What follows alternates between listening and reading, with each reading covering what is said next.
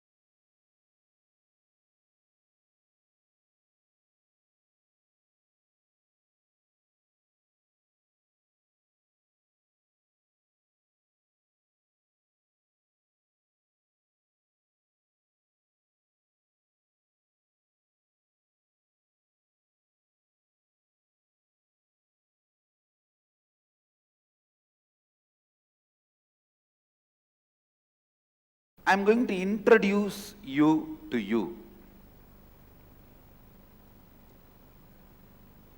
As I said, you are not just the body or your mind or what you cognize as you.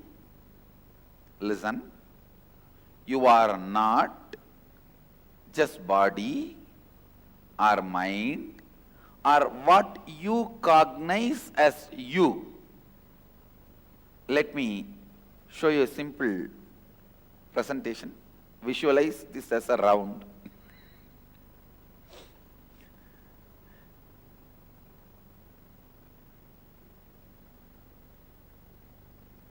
I am trying to redraw whatever is projected.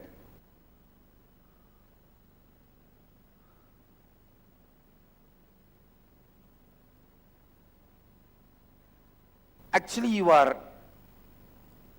totality of your body.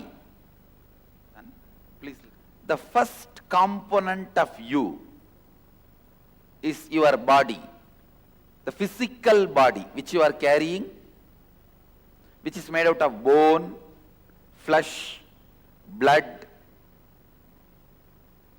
This is the first component. Then second is your breathing structure. Inhaling, exhaling, the breathing structure is the second. Third, your mind.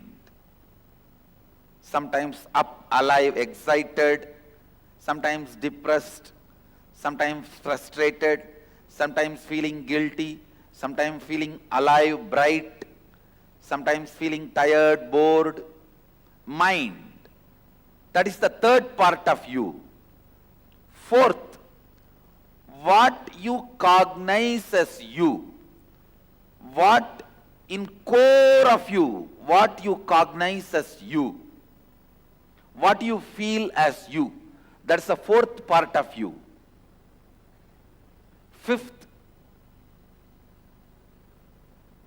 the bliss, freedom beyond all these four. I can say the glimpse of real you. The real you is not what you think as you. Actually, the real you is covered by what you think as you. So whatever you think as you, your body, your breathing system, your mind, your cognition, when you penetrate all these four, then you realize the real you. You experience the real you. These 5 layers, in each layer you have certain mental patterns, incompletions. I can say that when you travel in city, if you are going from here and want to cross the city, so many diversions. Suddenly one political rally, take diversion. Then road is cut by PWD, take diversion. Road is cut by BSNL, take diversion. Traffic jam, take diversion. Finally, instead of crossing the city, you will end up back in the same road. No, that's what exactly is happening in our life. When you try to cross layer by layer and reach your core, please understand, every day, every one of you are struggling to experience your core. When you are back from your work, the way you throw your shoes, throw your clothes, lie down on the bed, even in that moment, you are trying to reach the real you. Unfortunately, constantly you are facing the boards, take diversion, take diversion, take diversion. Each one of your mental pattern is take diversion board, no entry board. Take diversion, no entry, road closed, maintenance work going on, sorry for the inconvenience. These are the boards you are constantly facing. Every pattern, every incompletion you are carrying is no entry board which stops you experiencing the real you. The real you. I should define the word incompletion. Words, thoughts, emotions, residues, hangovers of the past sitting in your present and not letting you live your future is pattern. Listen. Words, thoughts, emotions, hangovers, residues sitting in your past, not letting you live your future is incompletion or patterns. It can be as simple as morning cup of coffee. There are many people, without cup of coffee, they can't get out of their bed or they can't get out of their bedroom. Many can't even go for 1, 2, 3 without cup of coffee. Now it's a physical level pattern. It can be as simple as cup of coffee and as complicated as always attracting abusive relationships. Please understand, if you are constantly attracting the people in your life who cheat you, who abuse you, who exploit you, even that is your pattern. So please understand, I have to tell you the truth. I have to reveal the truth to you all. If you are attracting again and again people who are abusing you, cheating you, exploiting you, or hurting you, harming you, even that is a pattern. I'll explain step by step.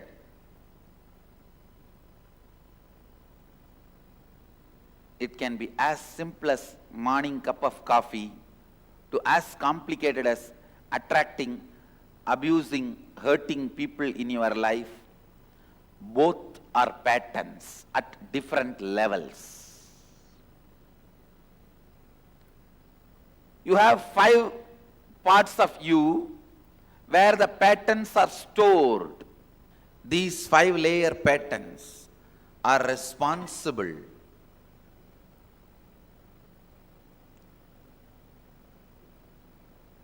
for you not experiencing completion.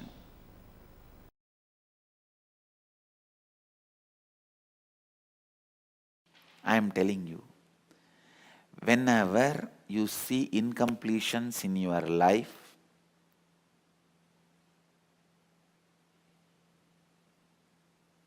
if you understand it may be factual but not real, you will reinvent yourself. Understand? A person gets back pain. If he thinks it is real and the incompletion is real, he can literally just collapse. I tell you, ordinary back pain has collapsed so many people. They lost confidence on themselves. Oh, if this continues, how will I go to my office? If I don't go to office, how will I make money? If I don't make money, will my wife stay with me? Will my husband stay with me? Will my son stay with me? How will I educate my daughter? My life is collapsed over. Ordinary back pain has collapsed millions of people. When you think it's a real incompletion, you are gone. If you understand it may be factual but not real, you will approach the back pain with clarity. This incompletion is imaginary. That same back pain can help you to reinvent yourself.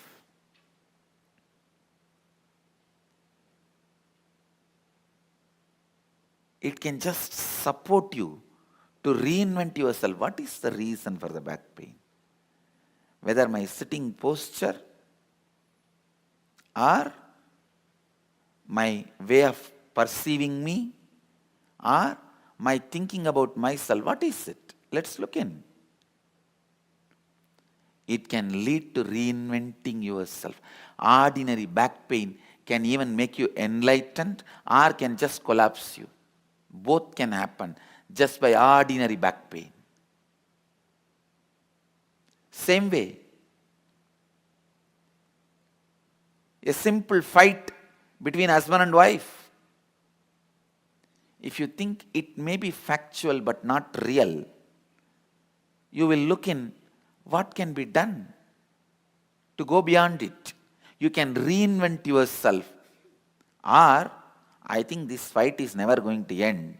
Come on, divorce is a solution. A simple fight, verbal fight. It may not even be fight, just strong exchange of few words.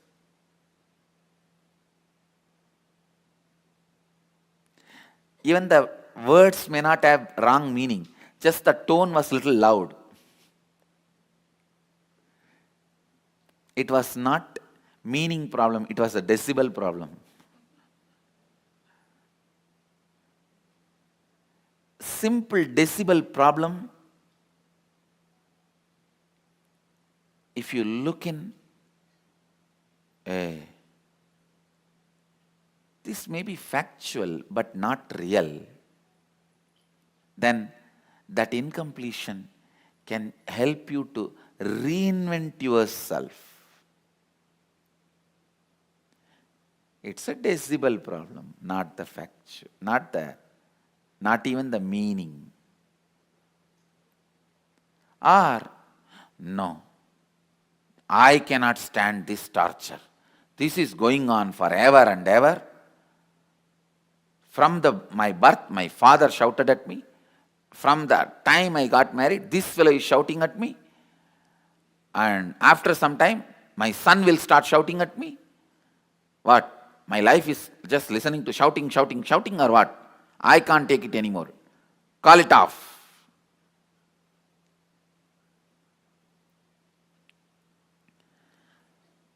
Will your husband be responsible for your father shouting at you? Is there no a logical way of logically analyzing the logic? Should we not have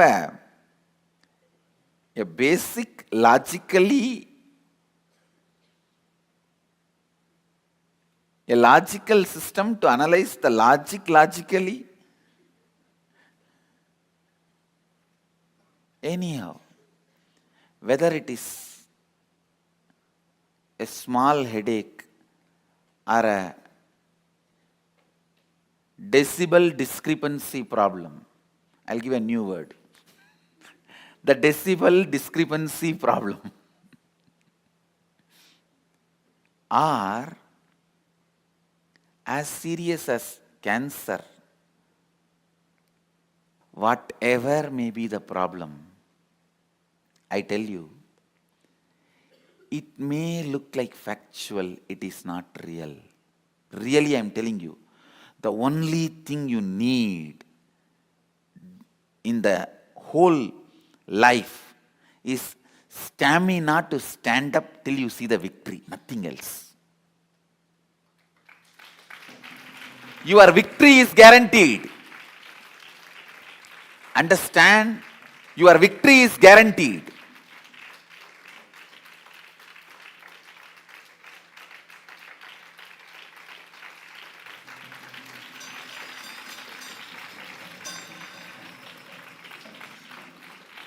It is, the real problem is your fear about the failure making you powerless is the real problem. Nothing else. Your victory is guaranteed.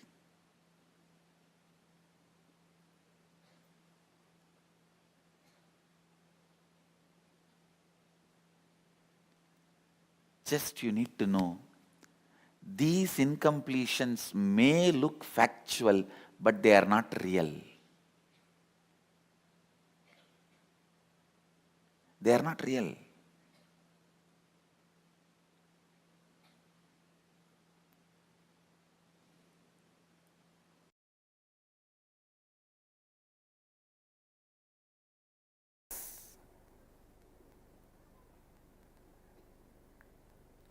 Understand?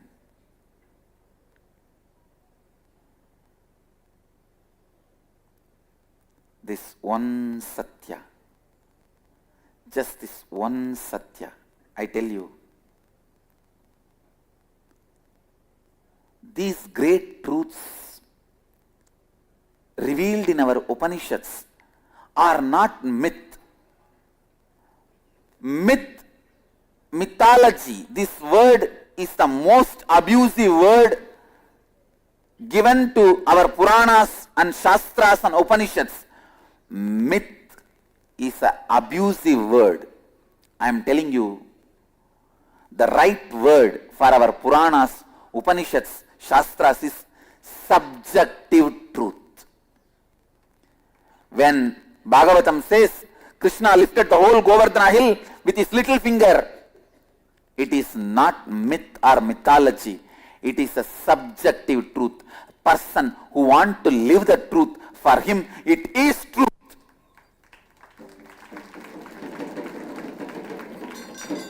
Subjective truth. Understand, Shivoham is not myth, mythology. No. It is subjective truth. Subjective truth. Whatever you remember in you, in your inner space, can either suffocate you or make you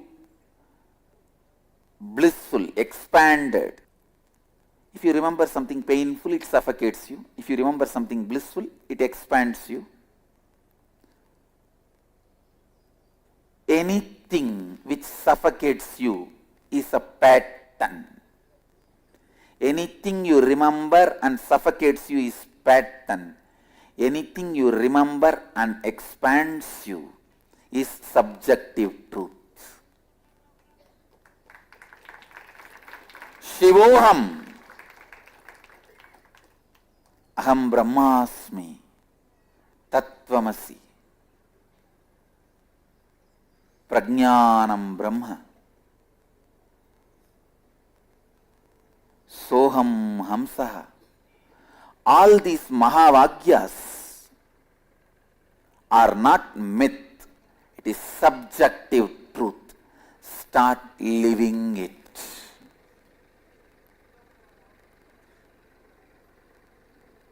Tsunamis don't stop because of the plastic covers lying on the beach.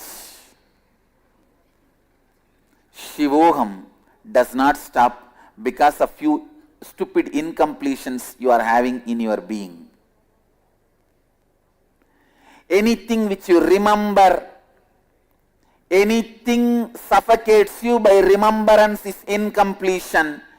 Anything expands you by remembrance is subjective truth. I tell you, tsunamis does not get stopped by plastic covers lying on the beach.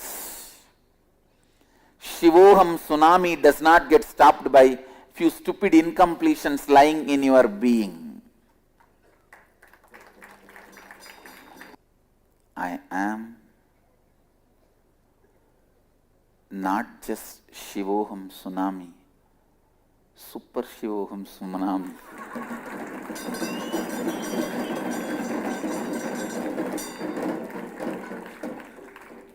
Tsunami. Understand, the Shivoham tsunami cannot be stopped by any of the incompletions you remember or don't remember which is inside you. And first of all, you need to understand, as a constitutional setup of consciousness, listen. See, your consciousness as a constitutional setup. The basic constitution of the consciousness does not allow incompletions to be inside it by its nature. They are ejected out. Understand? A good DVD player, the moment you put corrupt CD, no, as a setup, it just ejects it out. It does not play. It does not tolerate it. Same way, the constitutional setup of your consciousness does not play with incompletion. By its very nature, it just ejects it, rejects it. So, don't be sitting and calculating the plastic covers and coffee tumblers lying in the Marina Beach and thinking that such a dirty place, how will the tsunami come?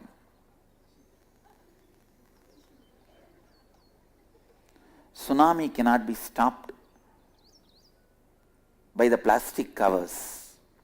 Shivoham cannot be stopped by the small incompletions you think you are having. As I said,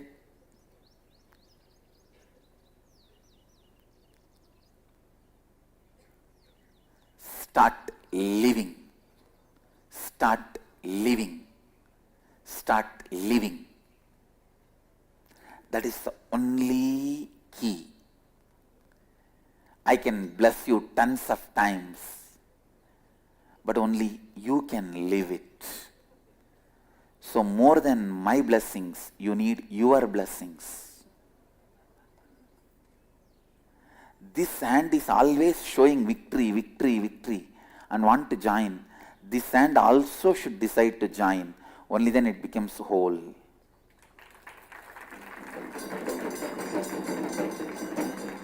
So this will become our new emblem and mudra. To remember, when you feel victorious, Mahadeva feels victorious. He wants you to be victorious because that is the way he feels victorious. The whole celebrates you feeling as whole because the whole feels fulfilled when you feel you are whole.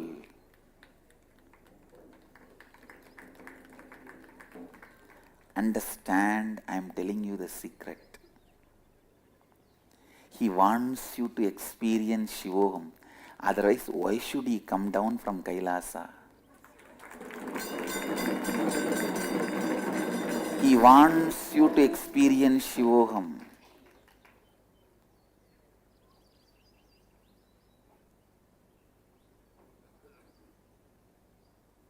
There is no other reason for him to make himself available to you other than making you experience Shivoham, because he also celebrates you experiencing Shivoham. Understand?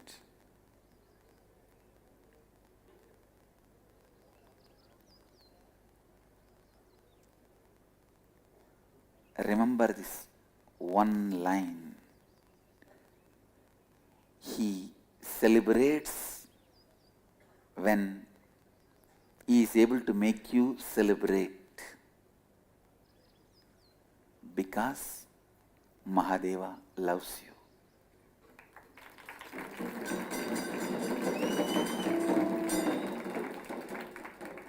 This is the real meaning of God loves you. Understand?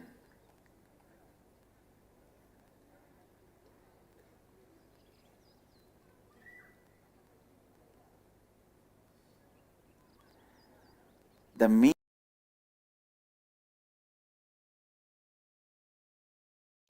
only when it comes to you, you know the suffering.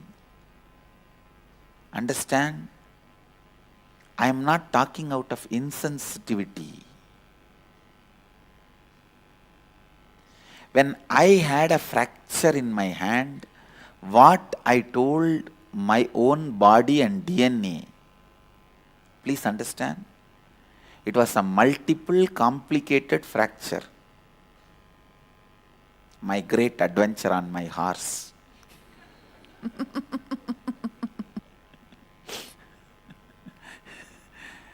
When there was a complicated multiple fracture,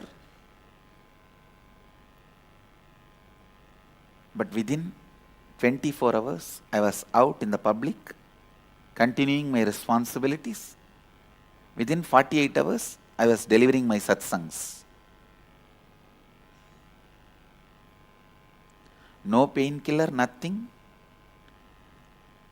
What I told to me to heal myself that quickly and come back to my normal life, and I guarantee with all my integrity, Mahadeva as a witness, I tell you, not even one moment there was a pain. No question of pain, any pain.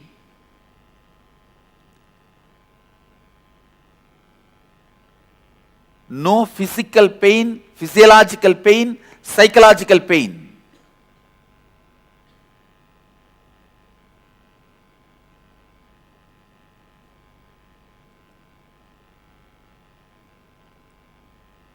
The moment I fell from the horse,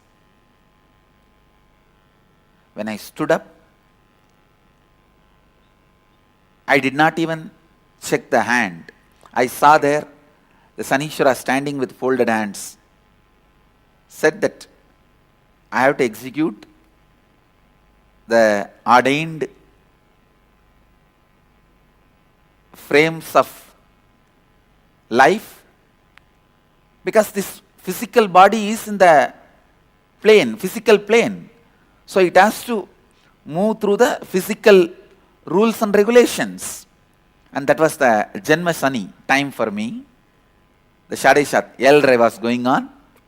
So he was standing with folded hands and said, I have to do my responsibility. And the moment I saw him, I smiled because the horse was black horse. And I was smiling. God, such a highly secured, tightly protected person like me. See, at least 5 to 10 sannyasis all the time around me. I can't even slip and fall even if I want. See, even if I want, if I slip also, I will fall only on my sannyasis. Any side they will be holding me. And such highly protected, tightly protected, and so beautifully this Sanishwara came and did his job and went. And he also said, I can never touch your consciousness, give any pain, but the physical plane, whatever has to go through, has to go through.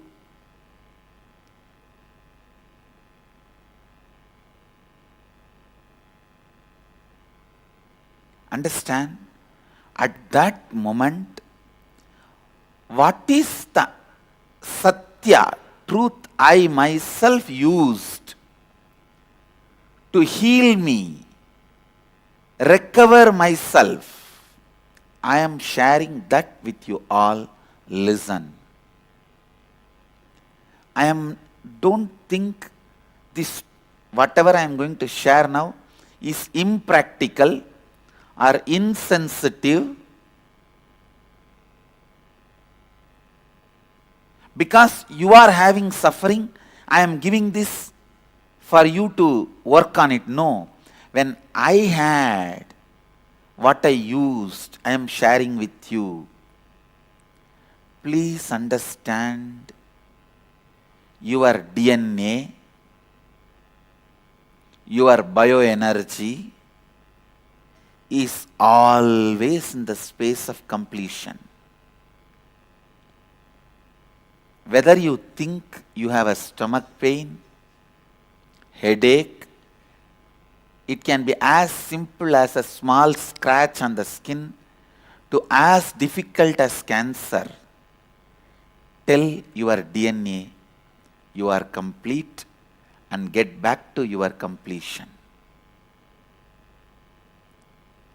You are complete and get back to your original state of completion.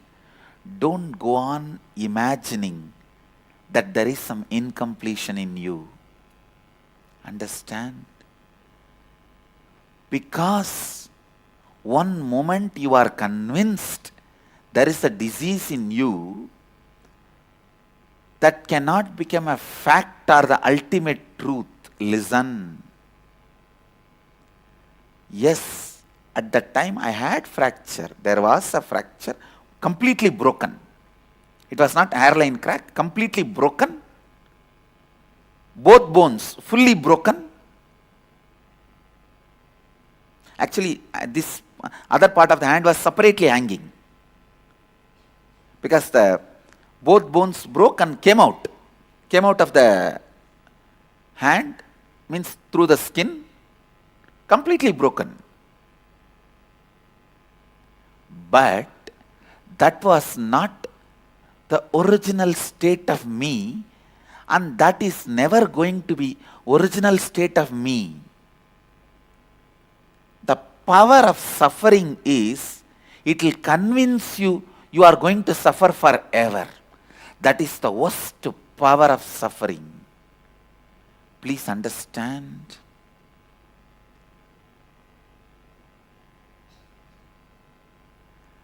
If you are convinced the suffering is going to be forever with you, you are in hell. That wrong conviction need to be weeded out.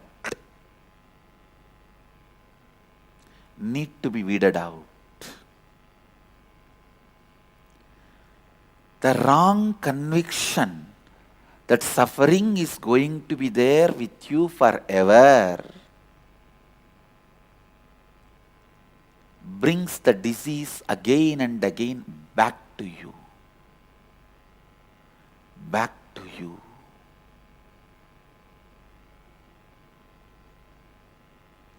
if you convince your DNA, your biomemory, you are complete, then completion will be brought back to you. Health will be brought back to you.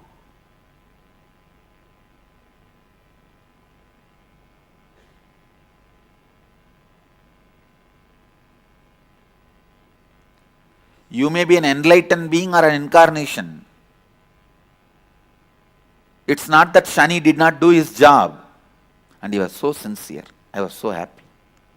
Actually, I'm going to have the Shani deity installed in that spot. I'm waiting for the work to be done. I saw him standing with all his smile and politeness, with all the joy and happiness that he did his job.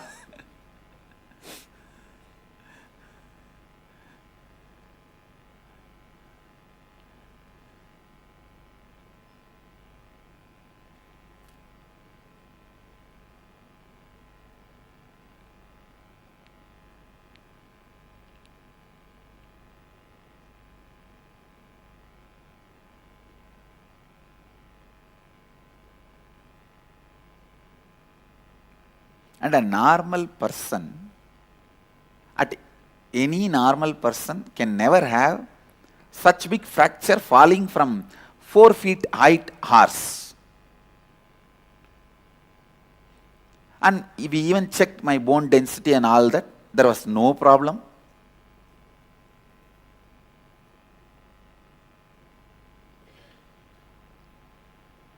When he wanted, he simply did it. And I asked him, why hand?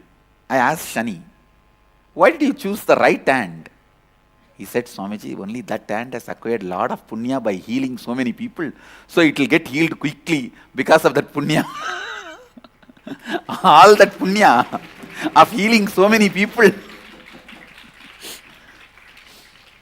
All that goodness and merit is there in that hand, for that hand.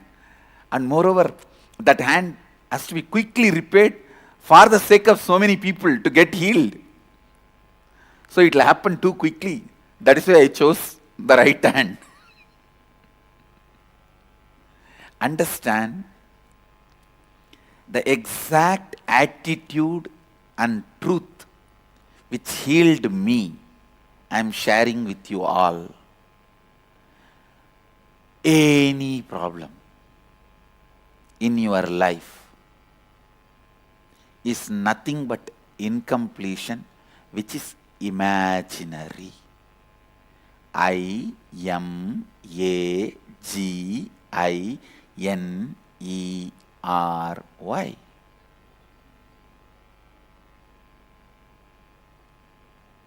I am not in any delusion, and I am not deluding you. Our Upanishadic rishis who revealed this truth are not in delusion.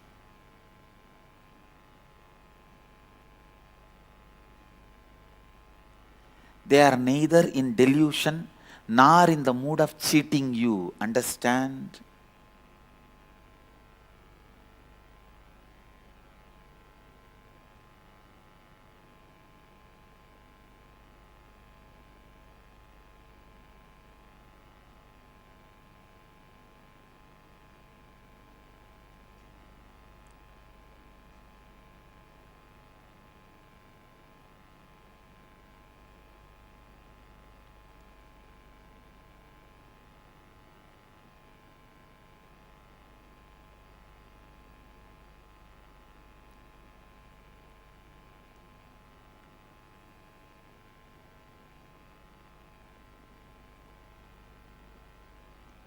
See a great gold merchant. Out of his love for Shiva, he declares, I'll make 100 kg gold ornaments for Mahadeva. And he himself is the master of that science. Will he cheat 2 gram gold from that 100 kg gold jewelry? One, he knows the signs, quality checking. Second, he is graceful, means he is full of gratitude. Neither he will cheat, nor he will allow anybody else to cheat because he knows the signs. Same way I am telling you. The Upanishadic rishis, neither they can be in delusion, nor they can put you in delusion. Because they have nothing to gain by putting you in delusion.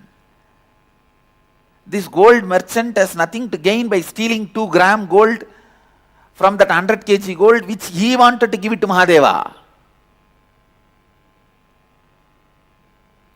Upanishadic rishis have put their whole life to humanity, sacrificed. They are neither in delusion nor can put others in delusion. Understand, my job is the most difficult job. I have to completely teach you opposite way of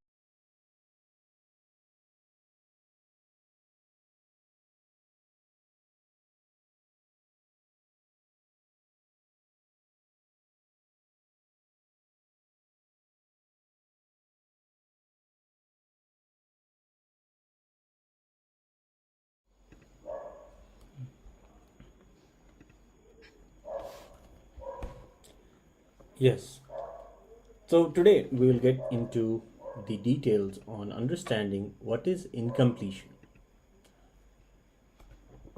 Allowing incompletions to exist is literally declaring that you don't want to have control over your life.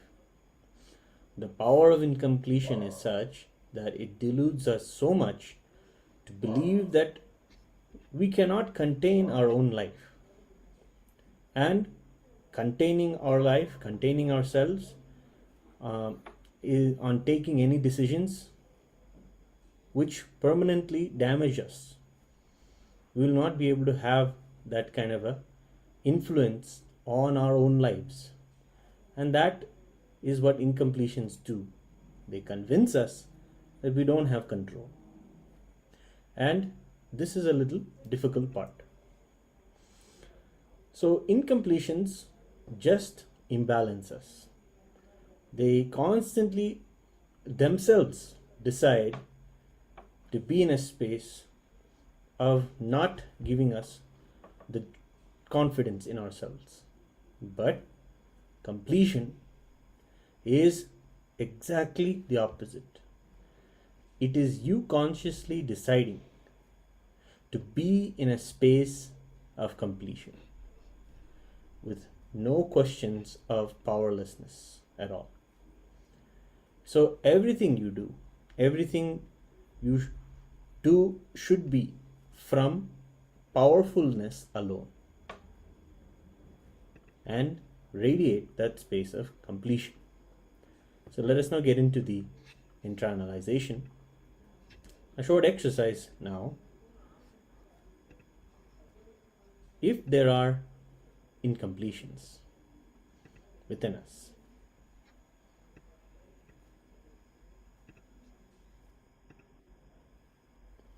if there are any powerlessness, some incidences that are lingering in our thoughts that would have recurred to you today, in this very moment, influencing you right now, or over the course of today, pen them down.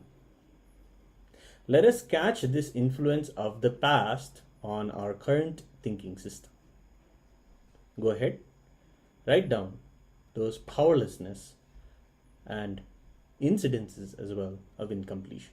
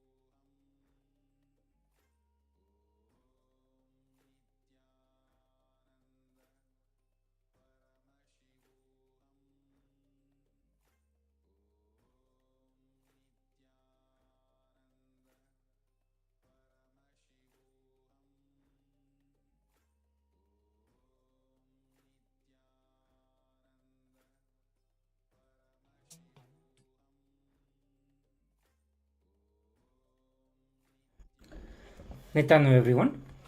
So now today we are learning about the completion process, and we are going to learn the few techniques to bring completion within ourselves. The Supreme Pontiff of Hinduism has given maybe more than 100 different techniques to bring completion within ourselves, bring completion from the various incompletions, patterns, samskaras, powerless cognitions, whatever we say. But there are hundreds of techniques that Swamiji has given, and we out of that we are going to be putting our attention to few techniques. And in this one or two session we are going to talk about 2-3 different techniques. So today we are getting into understanding about what completion is and what is the attitude that is needed from our side to be in the space of completion. As Swamiji said, Swamiji will be giving us initiations, he will be giving us the knowledge, he will be giving us the technique, but it is we who have to make the decision to do the completion. It is we who have to make the decision to be in the completion.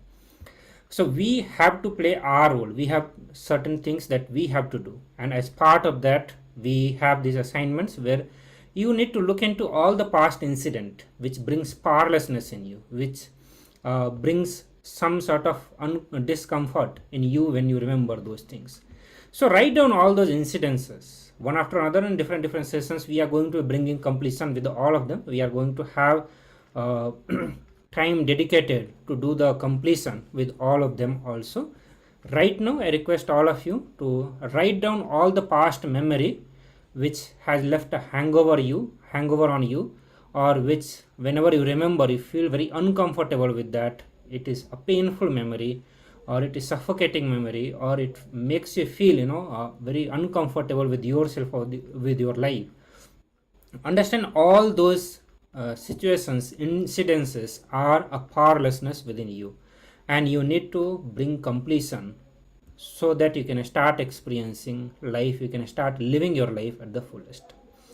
So let us do this assignment very sincerely, and I request the participants that if you have any doubt, any questions related to that, please feel free to ask those questions.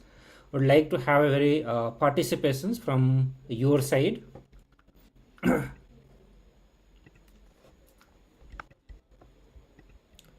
Also, if the Chinese participant, you have any doubts, please feel free to ask that.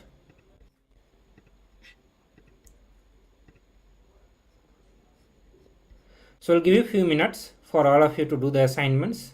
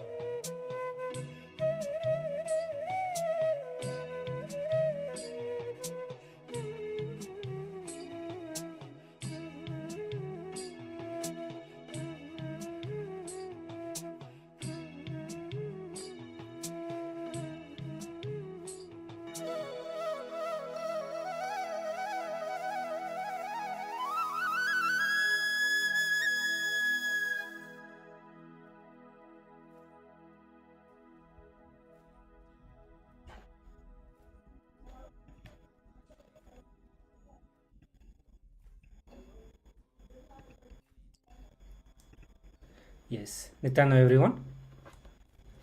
So I hope all of you have written few incidences from your past which has been disempowering you or which has not let you live your life in your control. So with this, we'll get into the completion in the next segment. Right now, we'll get into the power manifestation. We are all going to manifest the power of body scanning. So in this round of power manifestation, we are going to you are going to be scanning your internal organs and identify which organs need healing so that you become more active and alive and healthy. So let us get ready for this power manifestation, this round of power manifestation, and manifest the power of Swamiji and ultimately oneness with the Swamiji. So I request all the participants to come to the space of power manifestation. Please sit straight with your head, neck and spine in one line. Please close your eyes and visualize Swamiji in your third eye.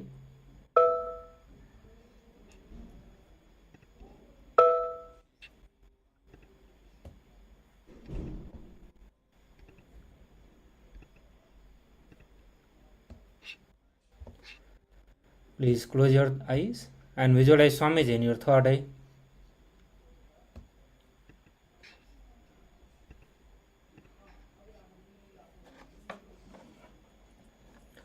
Start scanning your body parts, the organs, internal organs, and identify which one needs healing so that your body becomes alive, healthy.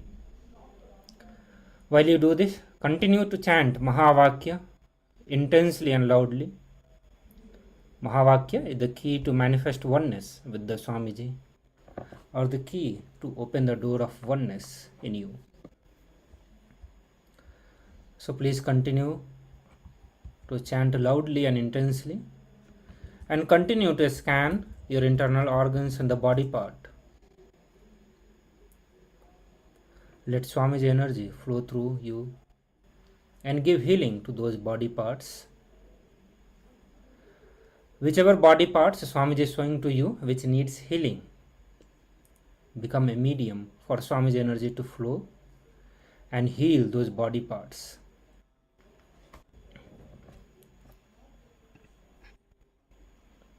Please continue to chant the Mahavakya.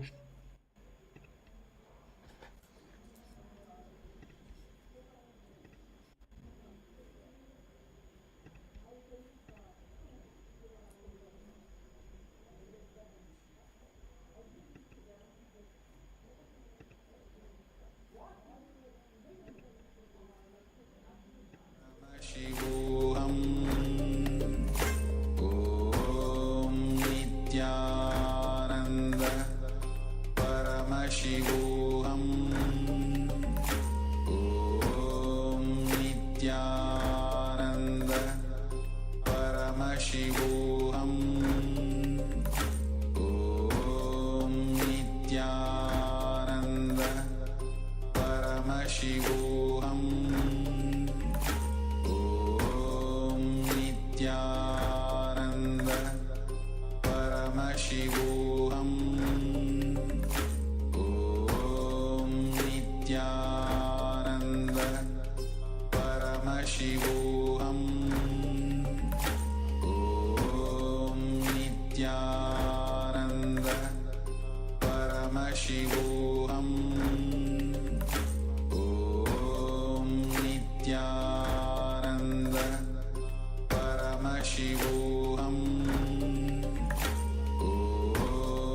Nityananda Paramashivoham Om Nityananda Paramashivoham Om Nityananda Paramashivoham Om Nityananda Paramashivoham Om Nityananda Paramashivoham Om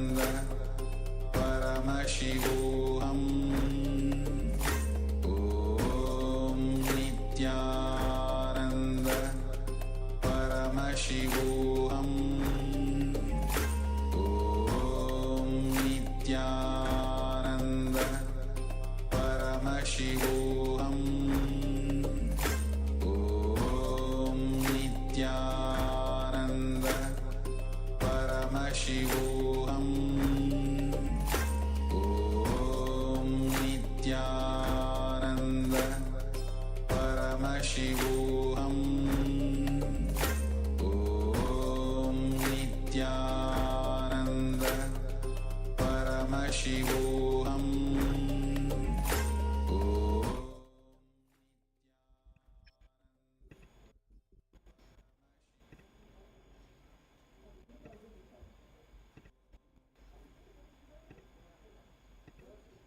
Yes, Nityanam everyone. So all of you please open your eyes. Now it is time to share the experience of your power manifestation. Let us know how many of you manifested the power. How many of you were able to see the different body parts, the internal organ which needed healing, and you were able to give healing to all those different organs.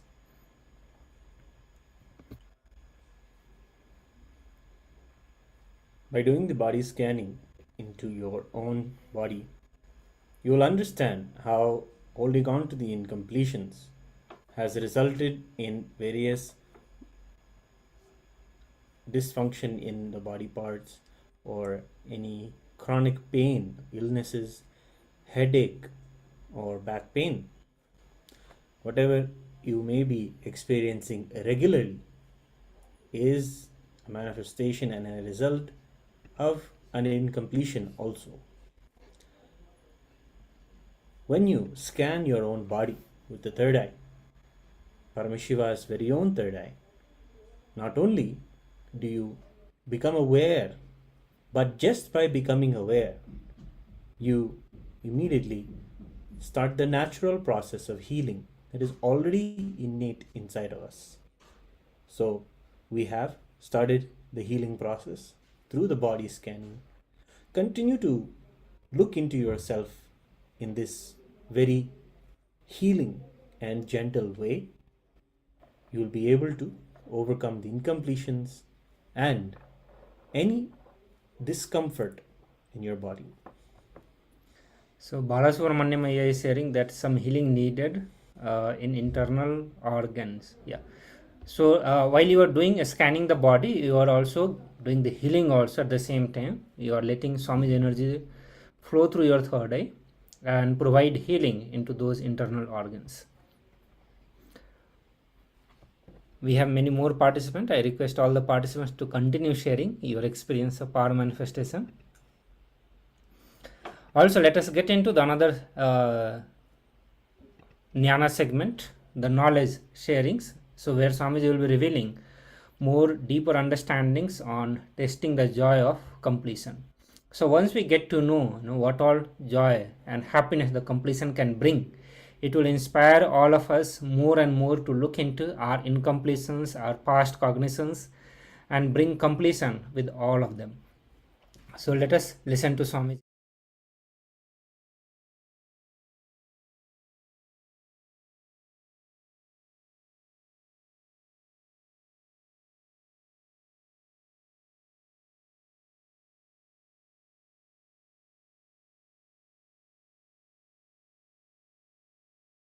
Understand? All sattvic bliss is your right, is your birthright, and you guys are Shaivites. Shaivite means joyful guys.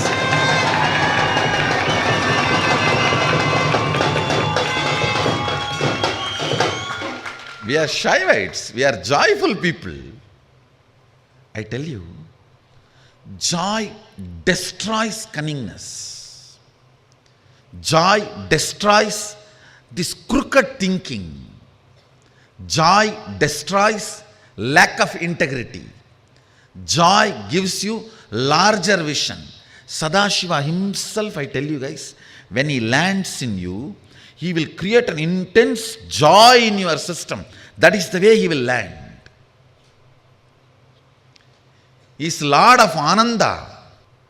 I wanted to explain from the angle of the spiritual alchemy process about the reason for the Sattvika Ananda. Understand?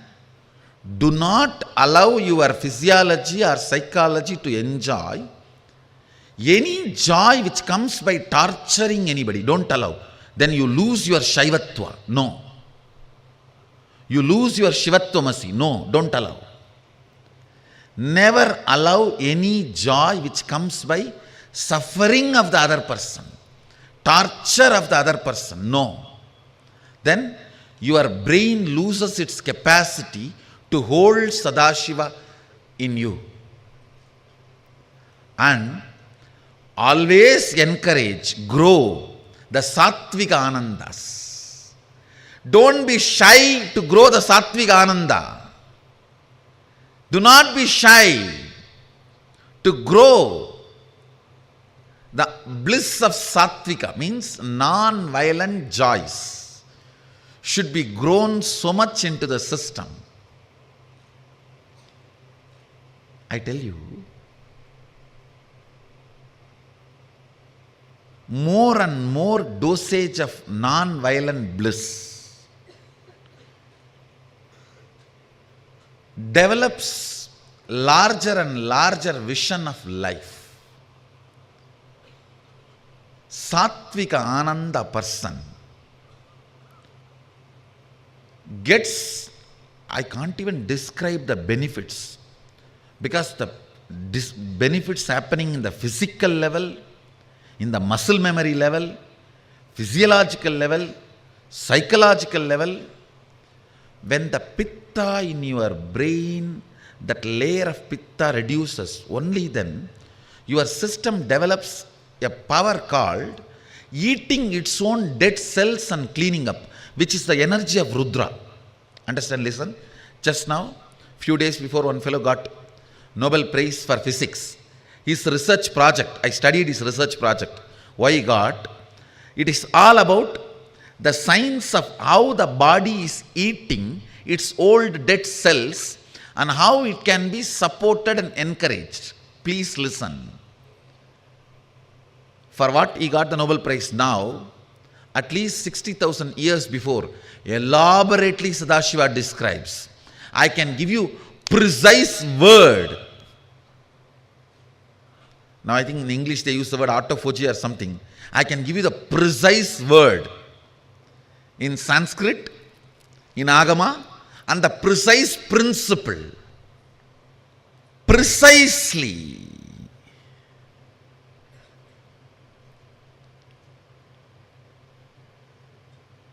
The Sattvika Ananda,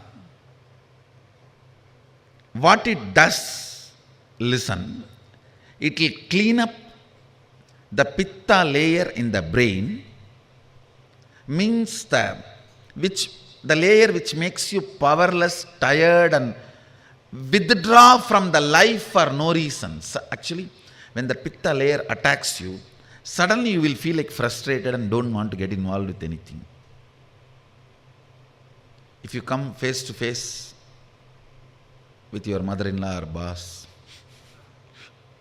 or the people whom you don't want to see what happens to you at that moment, imagine that's the same thing, the pitta layer spreading. Listen, this Sattvika Ananda first thing cleans up that subtle layer of pitta, that is one. Second, it awakens the Rudra energy in you, which makes your system eat all the dead cells and dead parts of you and clean up. Just clean up.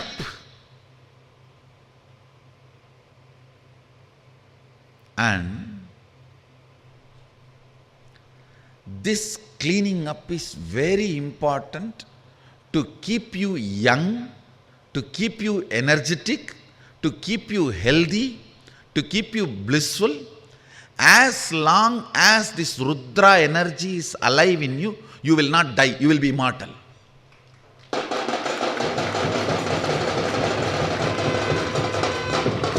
Sattvika Ananda awakens that Rudra energy in you intensely, I tell you.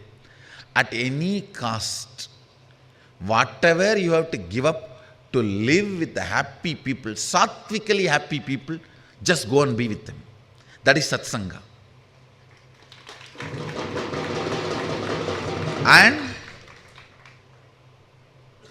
plan sincerely to make that same kind of a sattvika ananda in your home and workplace. Where you are working, in your home, both places. A very simple thing. A non-violent joy will actually make your workplace productive. It will become productive.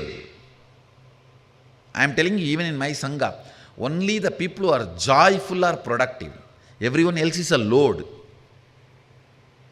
It's a load only. I have many pillars, supporting pillars and hanging pillars. No, joyful people are all supporting pillars. They will be highly efficient, highly integrated, have a passion for Sattvic Ananda, have romance with Sattvic Ananda, the non-violent bliss, peaceful bliss, where you don't hurt anybody, but it is joy for you. Grow more and more of Sattvic Ananda in your system. Activities which makes the Sattvic Ananda in your system, you will become efficient, you will become integrated, you will be just glowing, you will be completely healthy. The Rudra energy in you will be so alive. You will be young forever. It's an amazing beauty technique. Now women don't need any other convincing reason or the context to practice. Done. Only for men I have to give the remaining reasons. The moment I know the way the body of the kids move, see when they jump, dance, the way the body moves itself, I know, yes, this kid has come to integrity. He has lost all the cunningness. He is no more cunning. Or the joy, when the joy can become a lubrication for all the body joints and move, you can't retain cunningness anymore in your system. You just have to be, see, joy always makes you integrated. For example, if there is high water level in Ganga, you don't have to worry about the stones in the bed, river bed. You can just go in the boat or ship or whatever. If the water level is low, you need to worry about the stones and everything.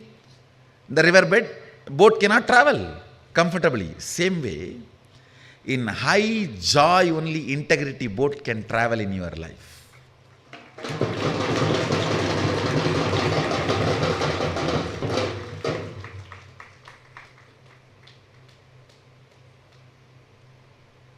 Immediately the moment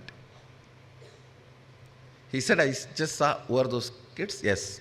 And I know because I am seeing them here, morning and night. And I know what is the space they will go and sleep if they jump and breathe my breathing space for such long time. I tell you, joy, Sattvika Ananda makes you a Shaivite. So much of Sattvika Ananda, biomemory will get into your system. It will help you in every process so powerfully. See, especially when you jump and all, the bliss is inhaled by every pore of your body. Every pore of your body, the bliss is inhaled. It becomes part of your muscle memory and biomemory. Of course, doing puja is surely Sattvika Ananda, but you don't use the whole body to do puja. But with these kirtans, it's like a whole body is used. The way your body flows with that, I can tell you, the level of integrity you have and the efficiency or the vision about life. All the sad people are cunning fellows. Never believe sad people. Never believe sad people. Never believe their words. Never have them as your business partner or life partner. They can suck your life and destroy your life. If you can make them sattvically blissful, do it. If not, at least save yourself. Get rid of them. I am telling you. Because sad people can talk about integrity but never be integrated. They will only be cunningly strategizing. Like that only, if the sad fellow, even if he is integrated, he is waiting to ditch you in some bigger deal. He is having his knife behind the back. Never ever believe sad people and get into any venture. That is like a getting onto the mud horse and entering into Ganga. Never. Whether life partner or business partner, joyful people will never cheat you. Even if they shout at you, it will be straightforward. There will not be second layer. There will not be third layer. Never believe sad people, even if they show very humble, polite, very good, decent, civilized manner of behavior. A raw, joyful person is 1,000 times trustworthy than the sad, civilized, decent, presentable. No. Sad fellows are dangerous fellows because in their very pitta layer on the brain, they believe all the fears are part of their life. When somebody is frightened, he is the most dangerous fellow. He will be all the time in the mood of attacking. I tell you. Keep sattvic bliss as your lifestyle and defend it. Defend it, and you have a right to defend it. Don't allow the stupid society to interfere in your sattvic bliss. You are not violating into anybody's space and being joyful. You are joyful just because I am here and my joy, sharing it. And nobody has a right to interfere and intimidate our joy.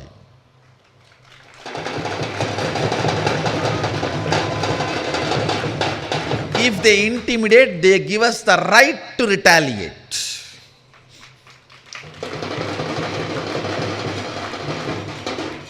I tell you, make sattvic joy as your lifestyle and stand for it strongly.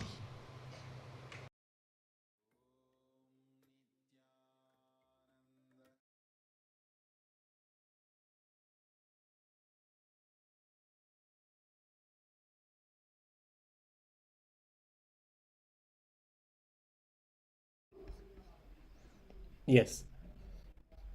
So let us now look into completion.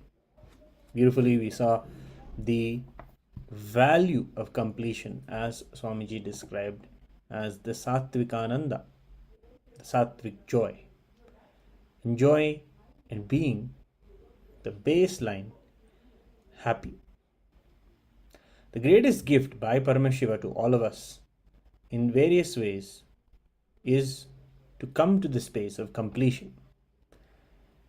In the 94th verse, that is the 22nd technique in the Vijnana Bhairava Tantra, Paramashiva defines completion.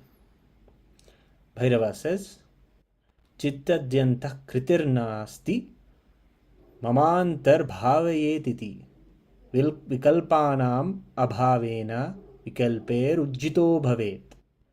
Just consciously feel within the mind stuff, the chitta, of the past memories of incompletions with its activities as the mind, manas, thoughts, intellect, buddhi, mental cognitions, and also the ahankara, ego, and root patterns.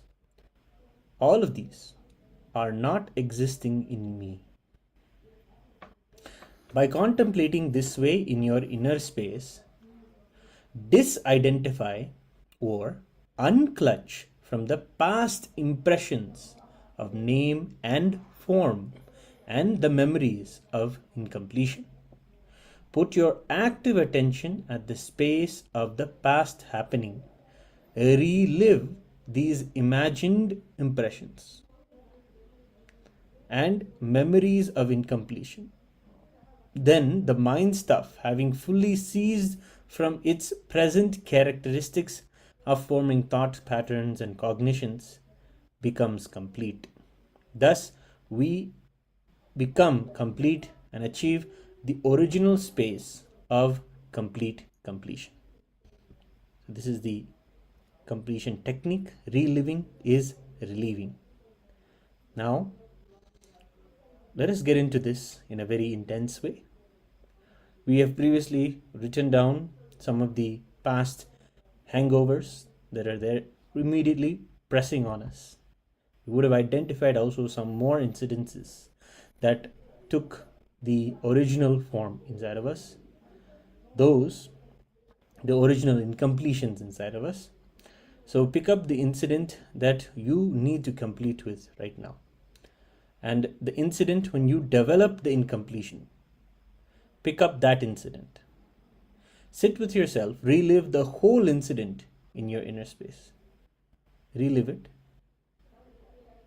as you were with the intelligence of those days. Because reliving will relieve you. Yes. So now the question may come, how to relive those things. Okay. One thing that comes to our mind, is it just remembering the past incident? Is it reliving, and will that bring completion to myself? So in the process of reliving, you are going to see yourself wearing the same dress, being the same age, and being in the same form. So you just go back to the same situation, same emotions, same intelligence, same intellect, same understanding, same experience, same dress, etc. Means literally you forget your present or disengage completely from present identity or what you think as you. Completely disengage and go back to the same age. Means, let's say the incident that you have picked up, you have taken up for completion, let's say that happened at the age of 9. And right now, let's say your age is 32. So you just forget who you are at the age of 32 and just get into who you were at the age of 9. So literally the same height as you were at the age of 9, the same dress, the same atmosphere, the same intelligence that you had, same understanding that you had. Just become that. Do not carry anything from the present you that you are. Okay. When you think of yourself as present, you always have some understanding, some intelligence, some experiences, some understanding about the past, some judgment about the past. All those things are there.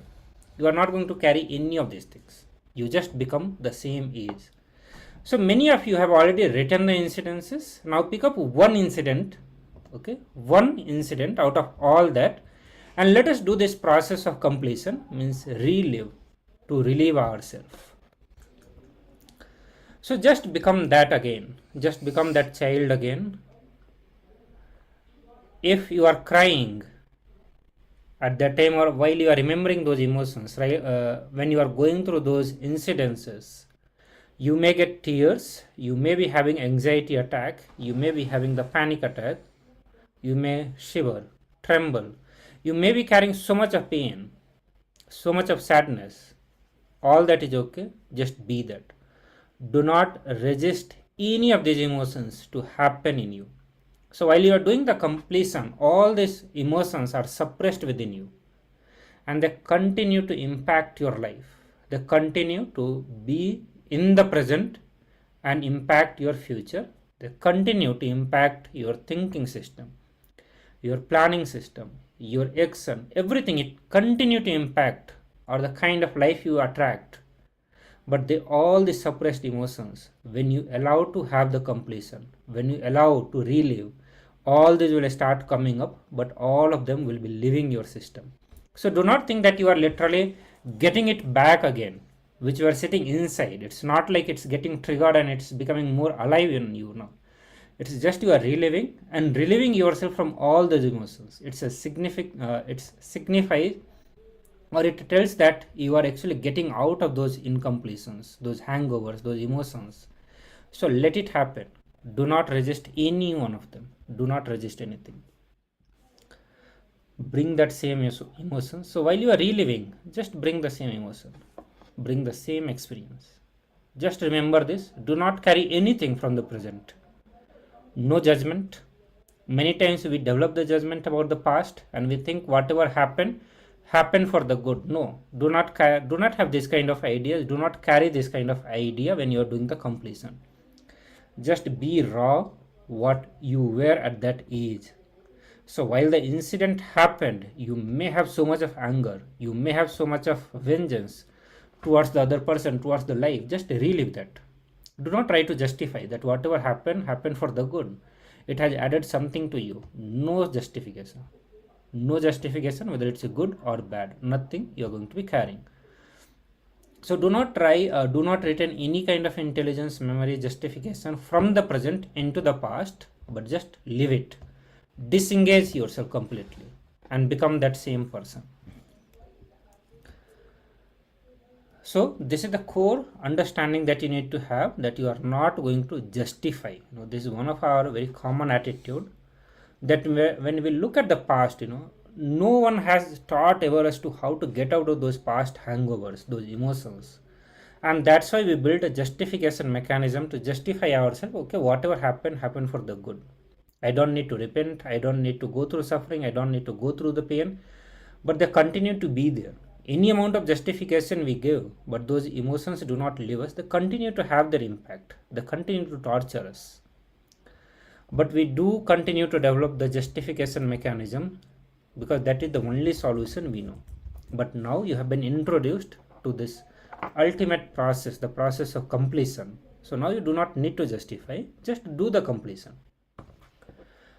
So go back and feel the same emotion, the way you felt at that time, without the context of present knowledge, without the interpretations of the present mind. Relive all of them.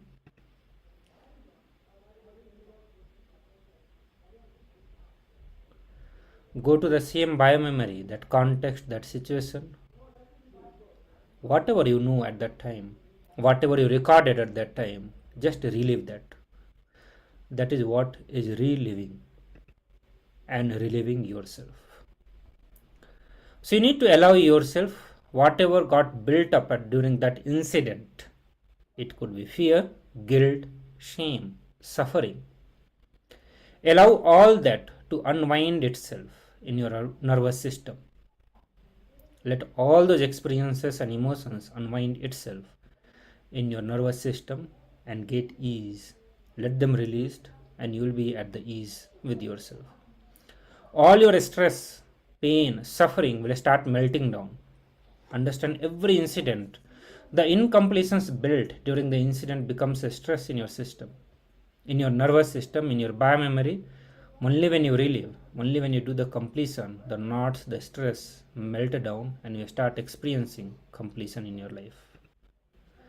So I request all of you to continue doing it, and also we'll have a very short video from the Supreme Pontiff of Hinduism on the completion process. Let us watch that.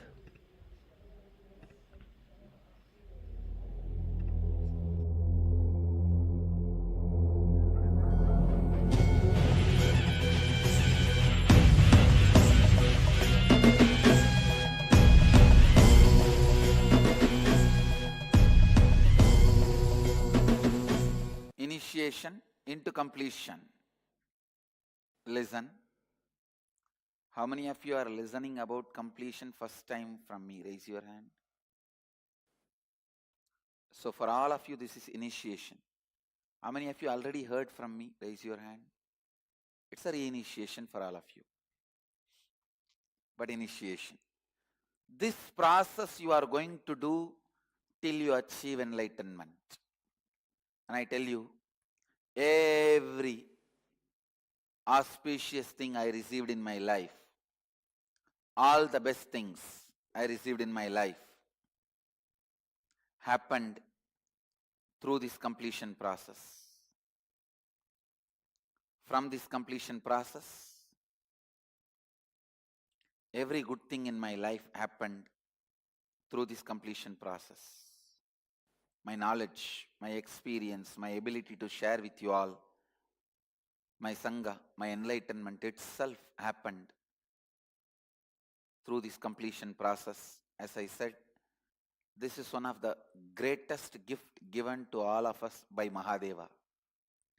First few days when you practice, it will look like a technique. After a few days, you will see it will become just like a spontaneous decision. It's the greatest gift to Mahadeva for all of us. There are various methods to do completion. I'll be guiding you in the various ways. But this is the first initiation. 22nd verse of Vijnana Bhairava Tantra, Mahadeva defines completion. He teaches completion science to Devi. I'll read out the original translation of the verse, then give you the exact way to do.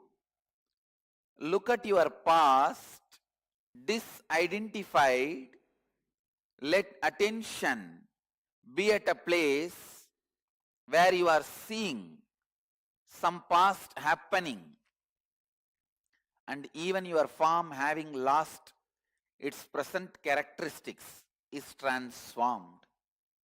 Listen, I'll repeat. Look at your past, disidentified, let attention be at a place where you are seeing some past happening and even your form having lost its present characteristics is transformed. I'll give you the exact methodology. Reliving is relieving. Means, now you wrote all the incidents, am I right? Just sit, relive that incident, not just remembering. Reliving means go back to that same form. If you are reliving the incident happened at the age of 7, become a 7-year-old boy.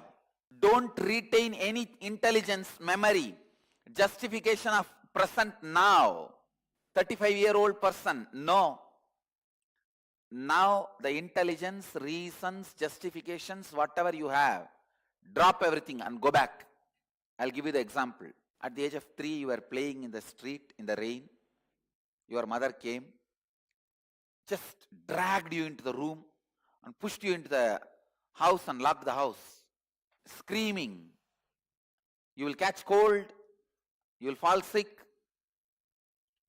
Now if you look back, remember that incident, you will think your mother cares for you so much, she took care of your health. Am I right?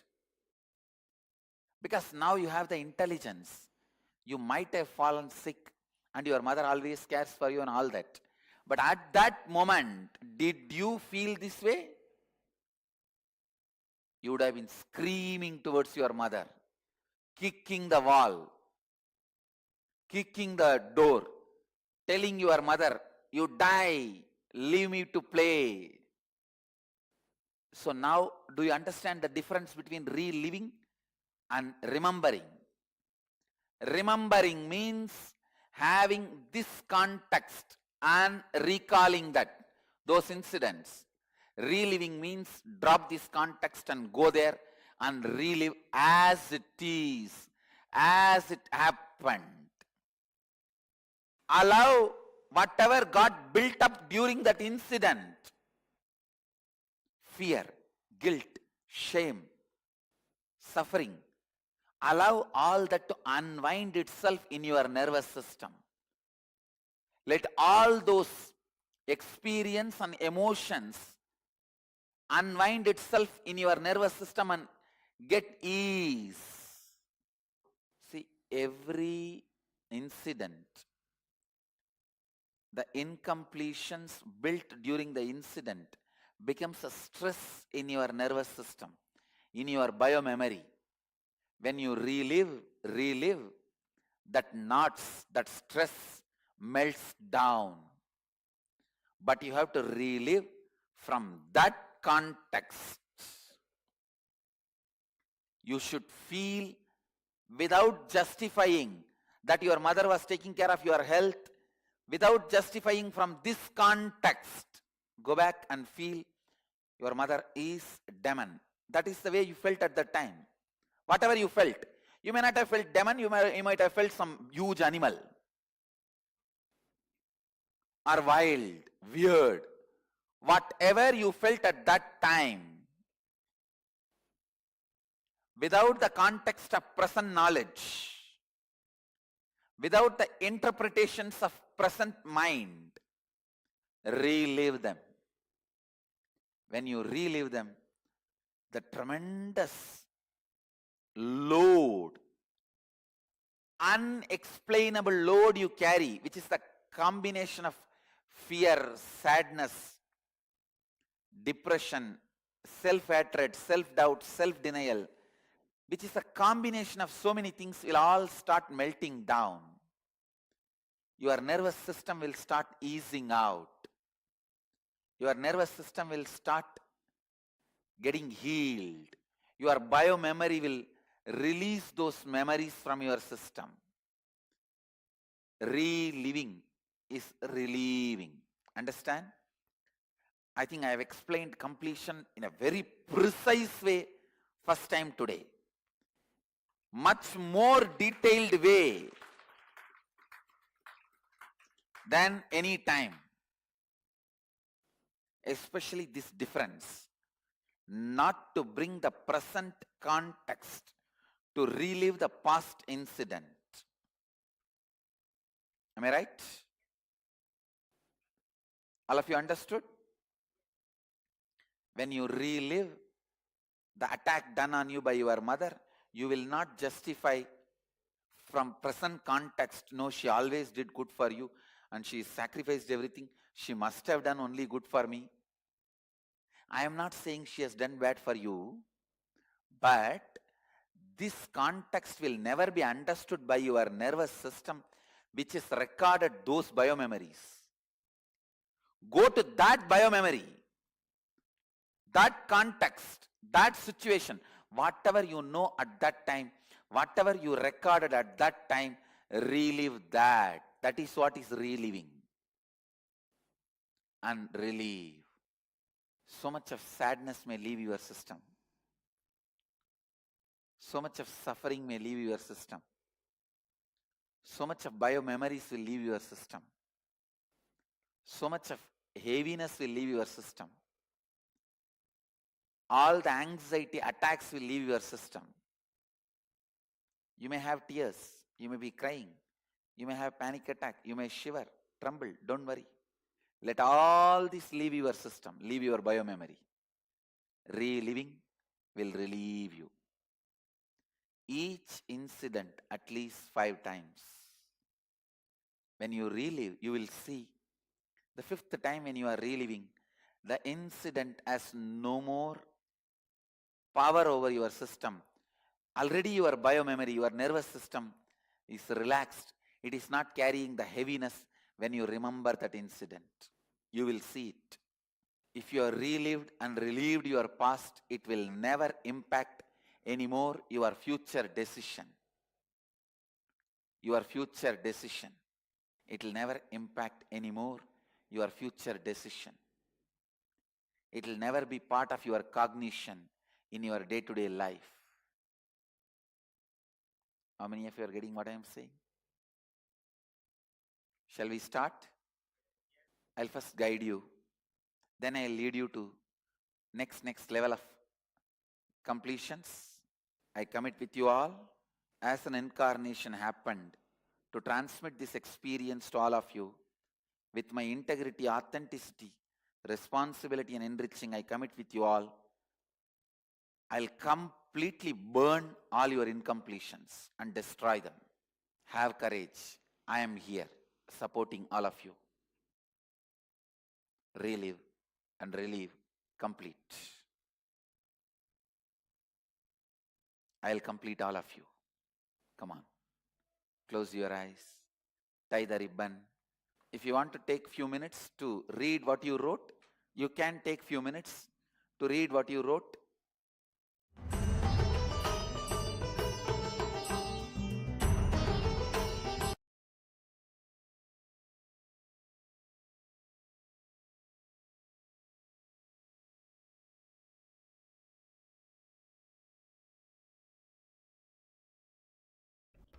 Yes, Nityanam everyone.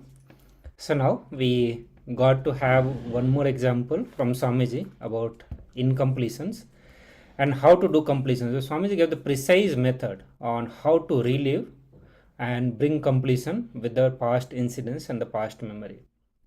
Also, Swamiji has given the commitment to all of us. He is going to be present and liberate. And at the same time, this was the initiation for everyone who is watching for the first time, and re-initiation for those who are watching for second time or third time. So let us be very sincere and experience the completion and experience the space of Swamiji, the presence of Swamiji. So we'll be giving a few minutes, and also I'll put the actual again the method, the step-by-step instructions that you need to follow. So in case if you miss at any point of time, you can refer to that and continue to do the completion process. So I request all of you to get into the completion and taste the joy of your life. A complete new dimensions of life will open when you start experiencing completion, when you start doing completion. So let us start now.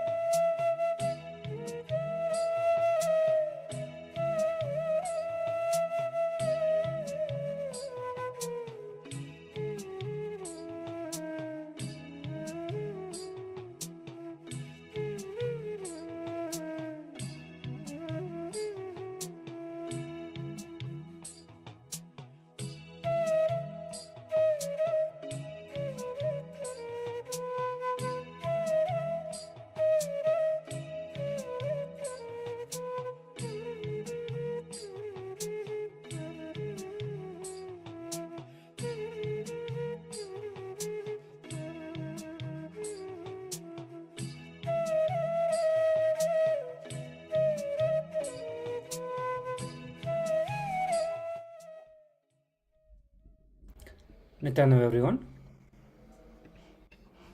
So please relax now, and we are going to have one more powerful process.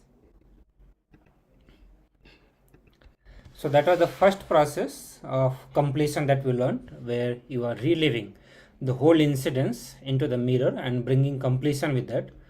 Then there is a second technique where you are going to have a mirror and do the completion with the mirror, like it's a mirror completion technique. This is another very powerful completion technique.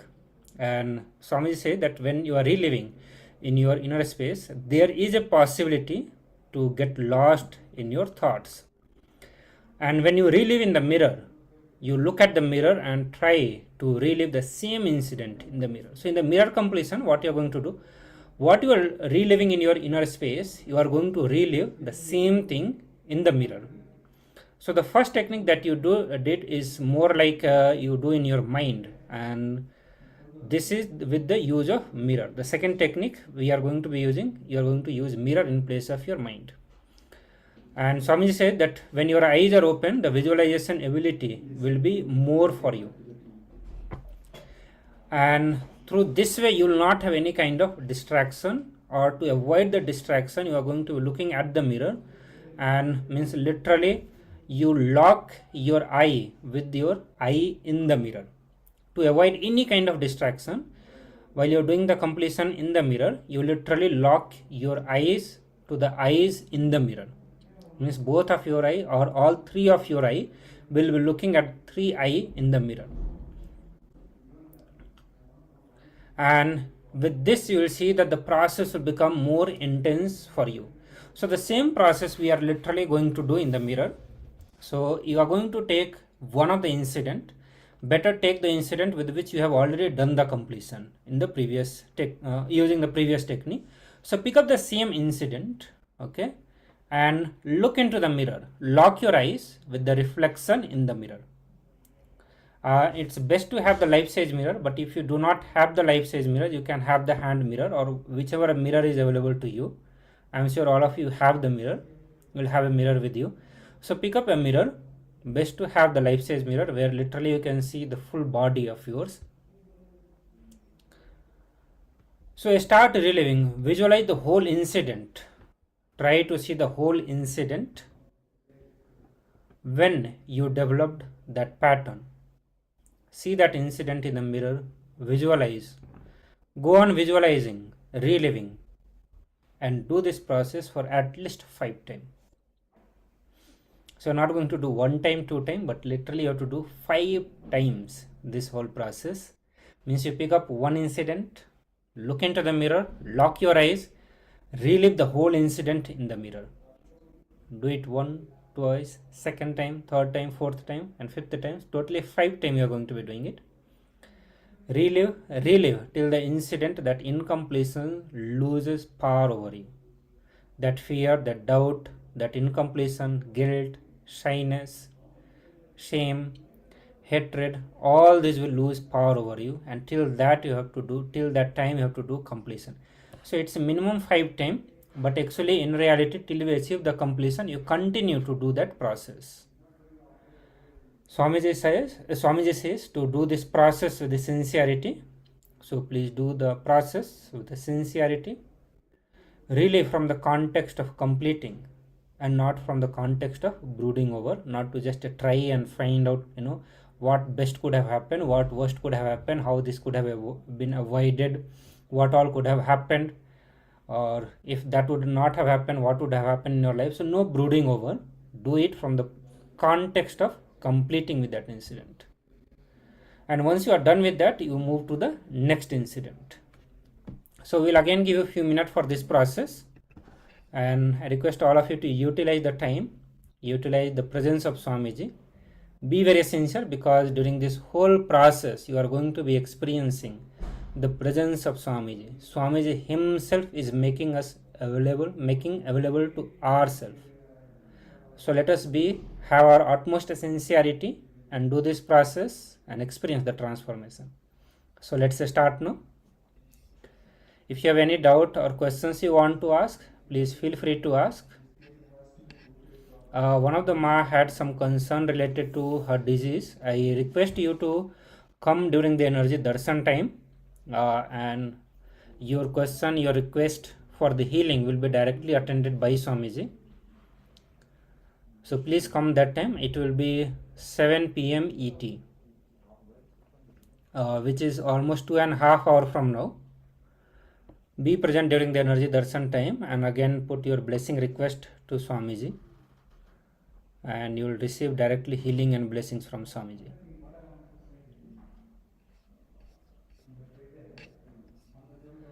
So I request all the participants to start the completion process now.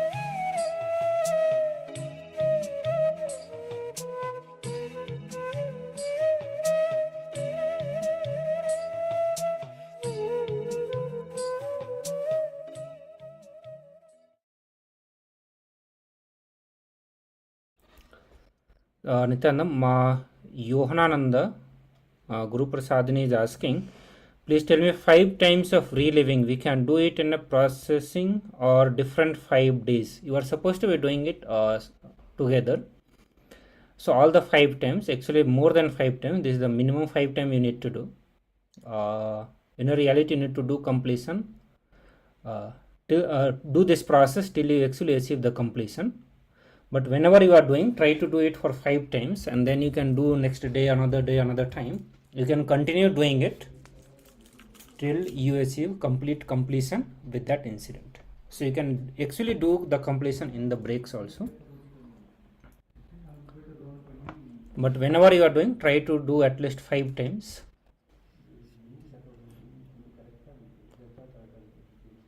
Any other questions, ma? Please let me know.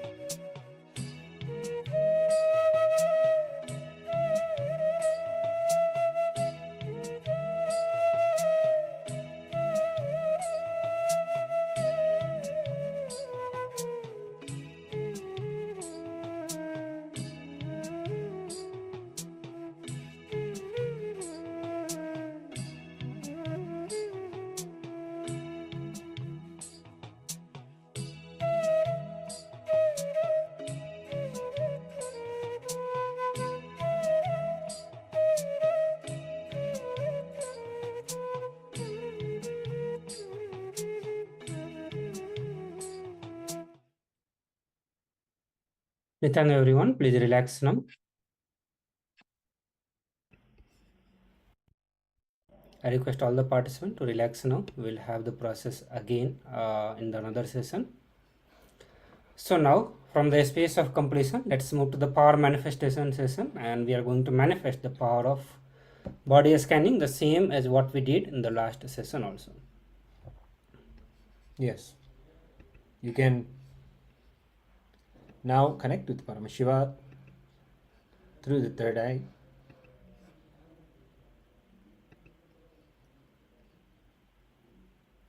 And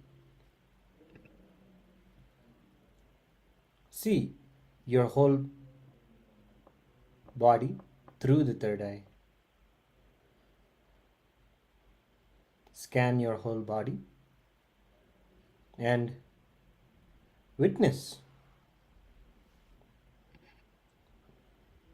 the various places where you can see the incompletions have tired down or done anything unwanted to the body.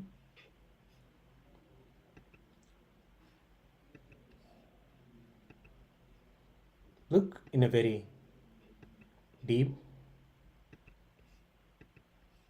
in a mode of surrender. Allow Paramashiva to reveal and do the body scanning to your whole body. And please continue to chant the Mahavakya intensely and loudly. So while you visualize Swamiji in your third eye, you continue to scan the different organs, internal organs and different parts of your body which needs healing. Swamiji will be showing you which body part actually needs your attention, need healing. At the same time, you can request the blessings from Swamiji to heal that body part. So while you are doing the scanning, also do the healing of that body part so that the energy can start flowing into you. You start feeling more energetic, more healthy after this power manifestation.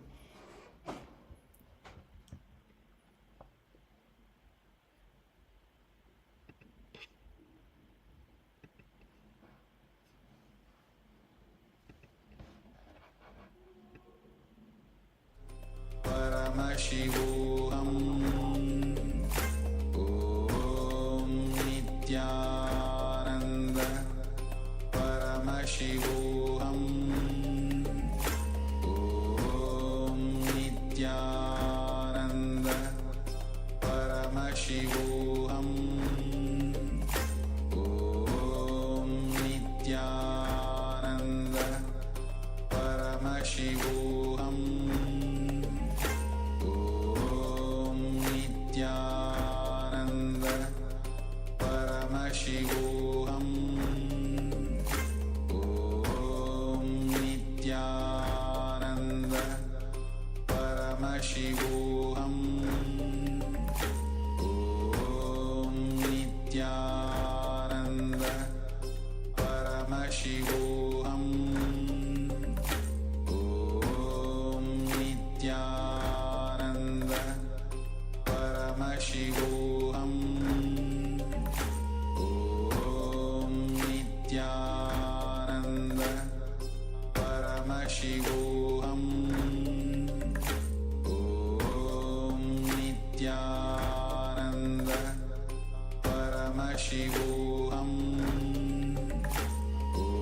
Om Nityananda Paramashivoham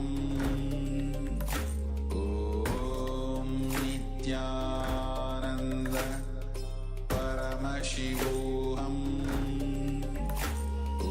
Om Nityananda Paramashivoham Om Nityananda Paramashivoham Om Nityananda Paramashivoham Om Nityananda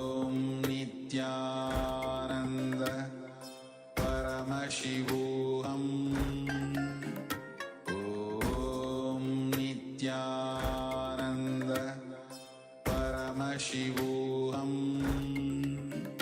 Om Nityananda Paramashivoham Om Nityananda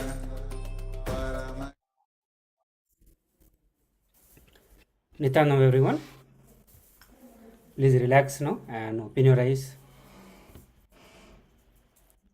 Yes.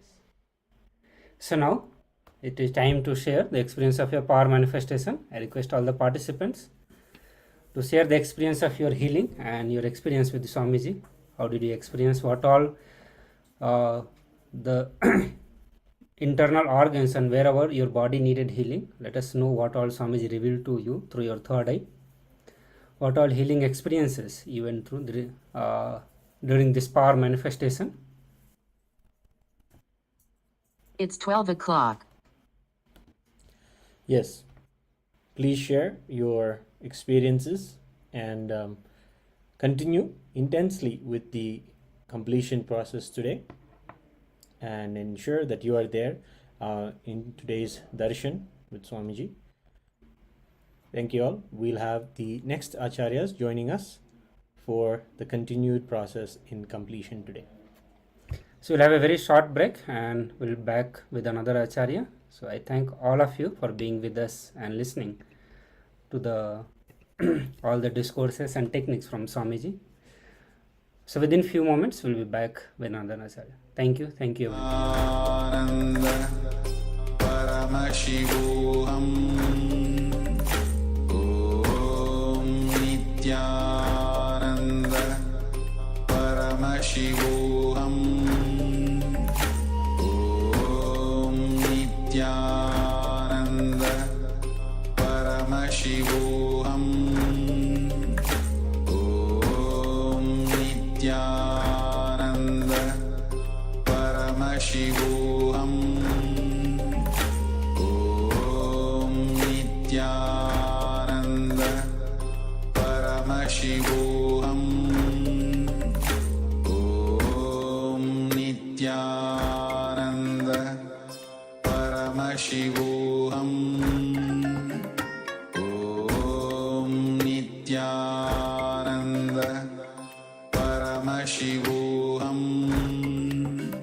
Om Nityananda Paramashivoham Om Nityananda Paramashivoham Om Nityananda Paramashivoham Om Nityananda Paramashivoham Om Nityananda Paramashivoham Om Nityananda Paramashivoham Om Nityananda Paramashivoham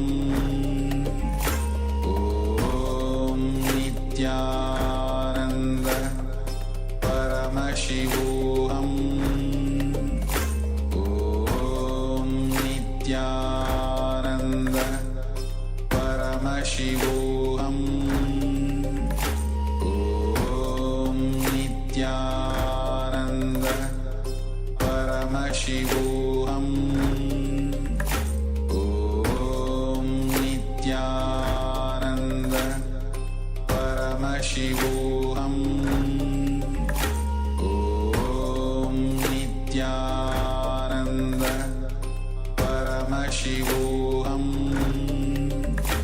Om Nityananda Paramashivoham Om Nityananda Paramashivoham Om Nityananda Paramashivoham Om Nityananda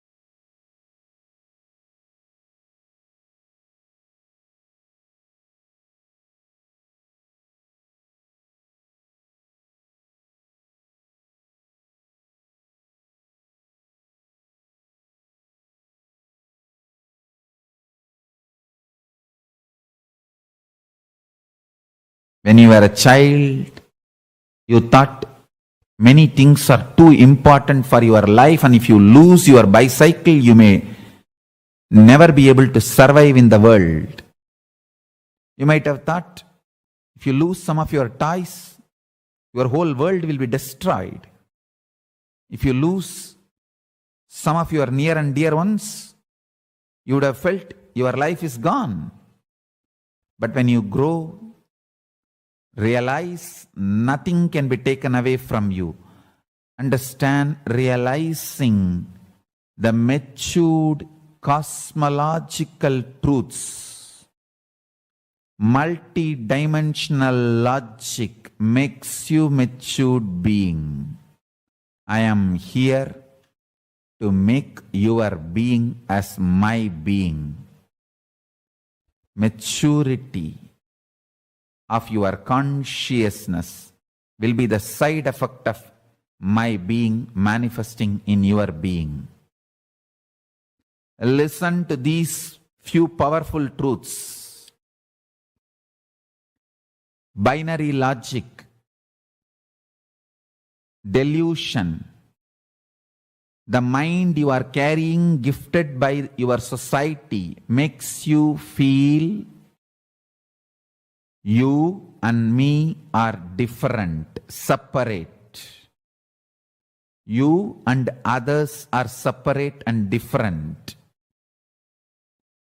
Somebody is against you and you are against somebody. All these are delusion.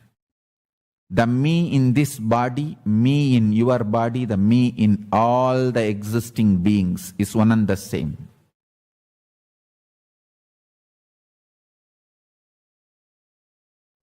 The me in this body is manifesting, now initiating the me in your body. Whatever you feel as me, as you in you, will now start manifesting what I feel as me in me. You will understand in the telescopic or microscopic experience, microcosmic and macrocosmic experience of oneness and infinity is one and the same. Listen, listen, listen. The microscopic level, microcosmic level, you and me are in oneness. In the macrocosmic level, telescopic level, you and me are infinity. Infinity of the ultimate oneness of the source is one and same. All fears are useless. All fears have no value. Pure greed without giving place for fears is okay. It's expansion. Pure greed without giving any respect or place for fear is okay. Because it is expansion. By very nature, by my very existence, I go on expanding. Decision to expand, will to expand, manifesting as pure greed without fear is verily myself manifesting in you.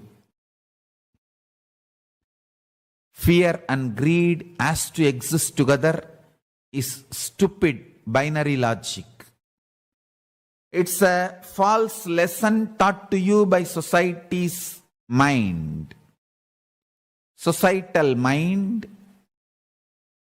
false logic, binary logic, your root pattern powerlessness, incompletions, all are one and the same. No one can steal anything from you. No one can violate you. Listen to this.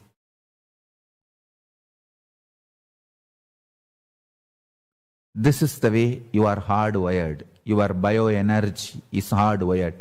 Your DNA is programmed with cosmic truths which I am talking now. Every word I am uttering is reverberating in your DNA. I am not talking to your societal mind. I am talking to your DNA. And I am directly making your DNA manifest these cosmic truths. Whatever I am talking is the existence and truth of the cosmos. I am revealing the truths as it is from the cosmos and cosmic archives, Akashic records. From the cosmic archives, I am revealing the truths as it is. Your DNA carries the whole cosmic records in a microchip form. The whole cosmic record, whole cosmic knowledge, the whole cosmic memory, the whole cosmic programming, the law, software, programming with which the whole cosmos is functioning, the same program is in your DNA. Now I am just awakening it. I am rebooting and cleansing all the viruses, delusions, unnecessary confusions and localized ideas, and awakening the cosmic truths in your DNA, in your very bioenergy.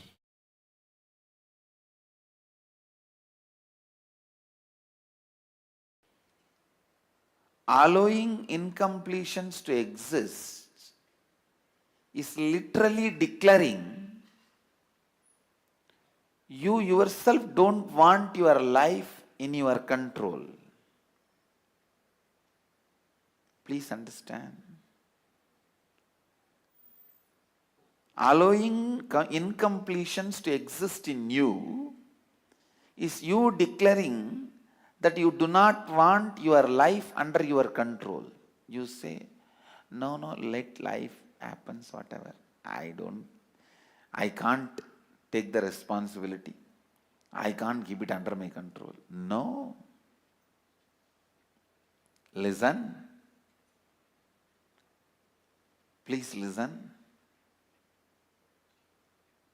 The utter irresponsibility. Utter irresponsibility. The power of incompletion is such, it dilutes you so much. You literally believe you really can't contain your own life or contain yourself. See, just because you are temporarily upset, you go on taking the decisions which permanently damages you. That is the most difficult part of life. Please understand. Just because you are temporarily upset, you go on making the decisions which permanently damages you. And the incompletions are such will never let you grow. It's like somebody was asked, what is your age? He said 22. The person who asked the question asked, what? Last 5 years you are telling the same thing? This fellow said, yes, I don't change my words.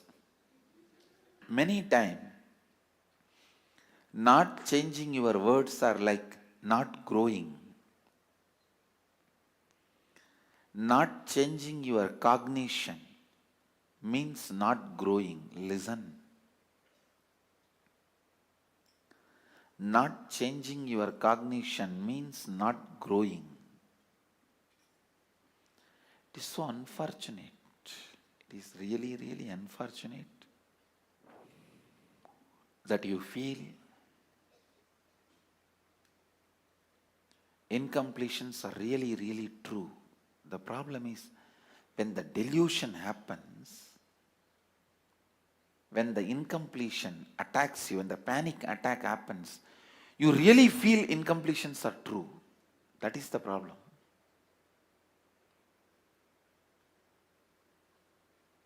When the dust storm, sandstorm happens, you really feel you can't do anything. You are paralyzed. You are crippled.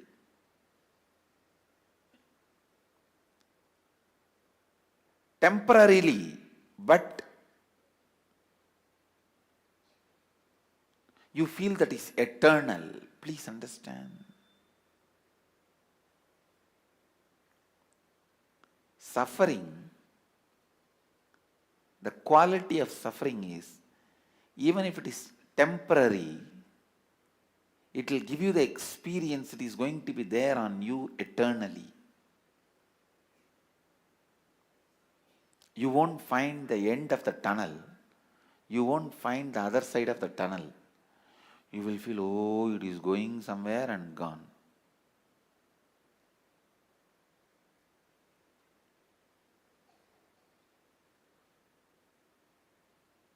Same way the bliss.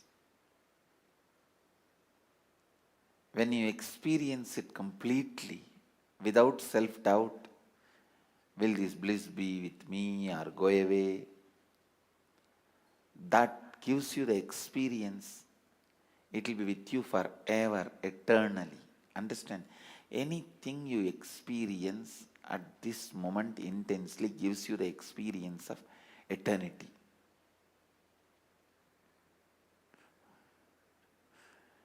Understand?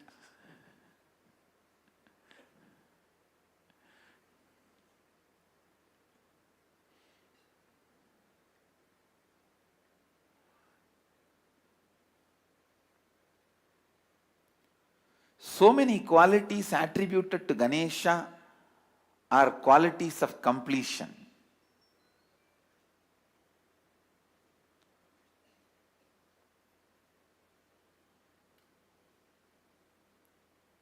These incompletions, they just totally imbalance you.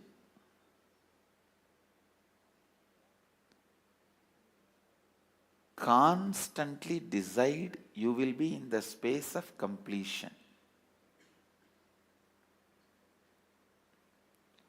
Completion means completion.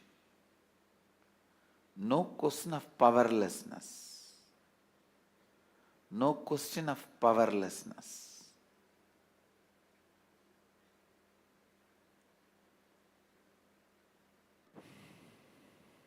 Everything you do, everything you do should be from powerfulness.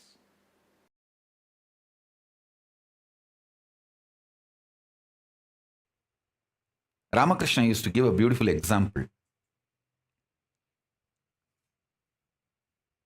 A frog which got 1 rupee coin newly wanted to check the power of the money it got. So the elephant was going outside his hole, the frog hole. That the frog came out of the house, came out of that frog hole and standing, waving that 1 rupee coin towards the elephant and saying, "Hey, now I become so rich. You are crossing a rich man's house without saluting the rich man." Will that elephant care for anything? He may not even hear the shouting of frog. Even if he hears, he will say, "Hey, keep quiet." And he will walk. Exactly same way. If you treat your patterns, you will manifest powers.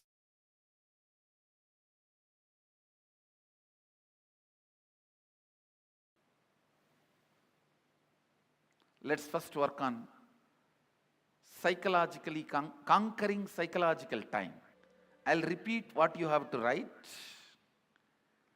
The strong thought currents, powerlessness, incompletions from the past, which is influencing and driving you into your future.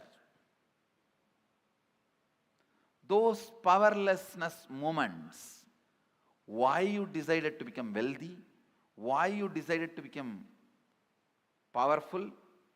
If it is out of passion, great, no problem.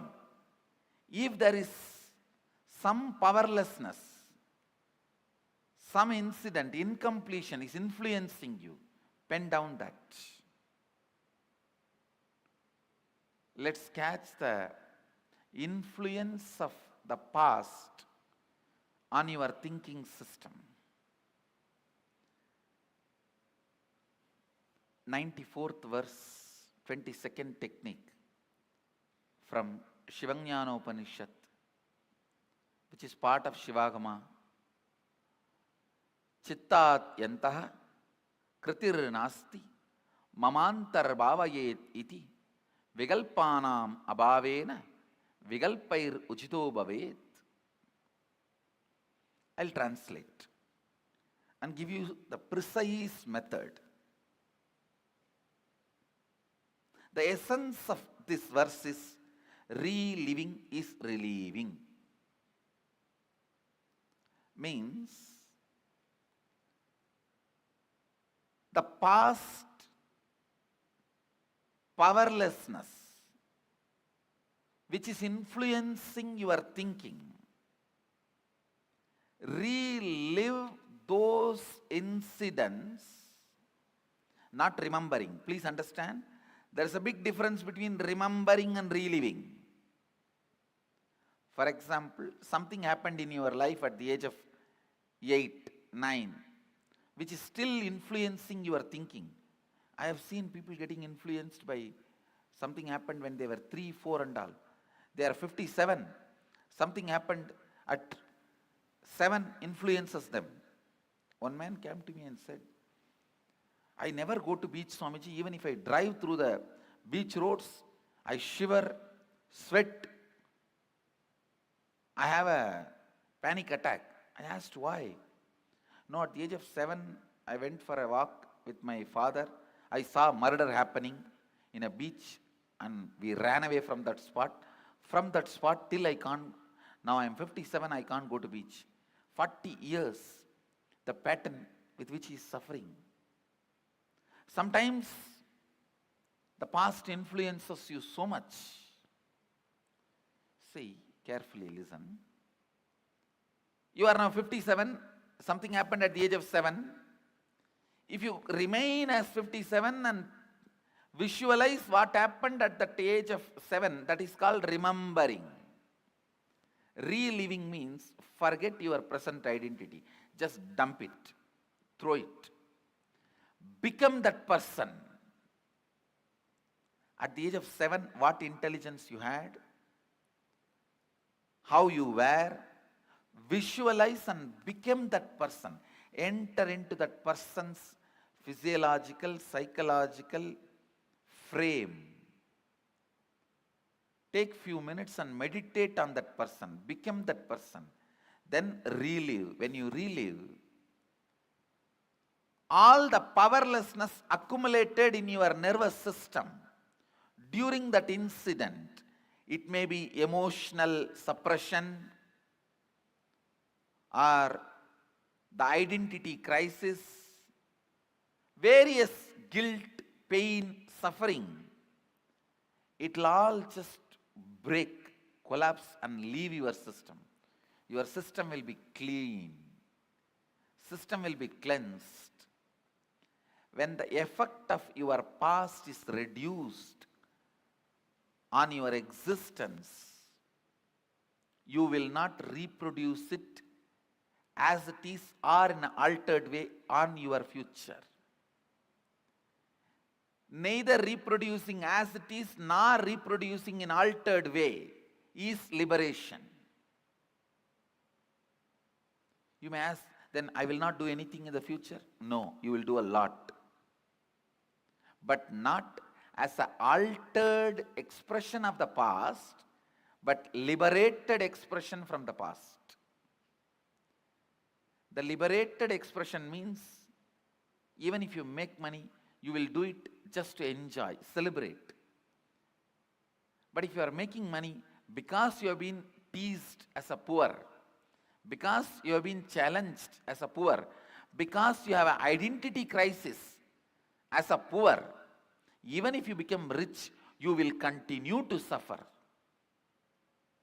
I have seen many moneyed poor people. Understand, paradoxical word. Moneyed poor people. Poor are those who have only money. Uneducated are those who are educated only in schools,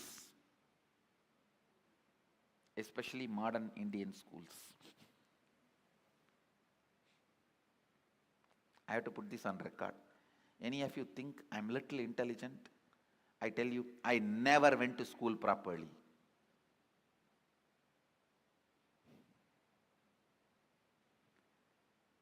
And any of you want to become intelligent? I give you this as my first instruction. Remembering is different, reliving is different. In remembering, you will justify, analyze, criticize, judge, hate, deny. In reliving, nothing of that exists. Just become that person. Pick up one incident which you want to complete. Become that person. Forget your present identity. Relive at least 3-4 times. Then pick up the second incident. Become that person.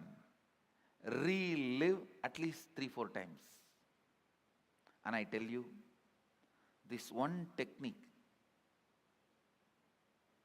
it can give you as simple as freedom from headache to as complicated as freedom from this whole samsara.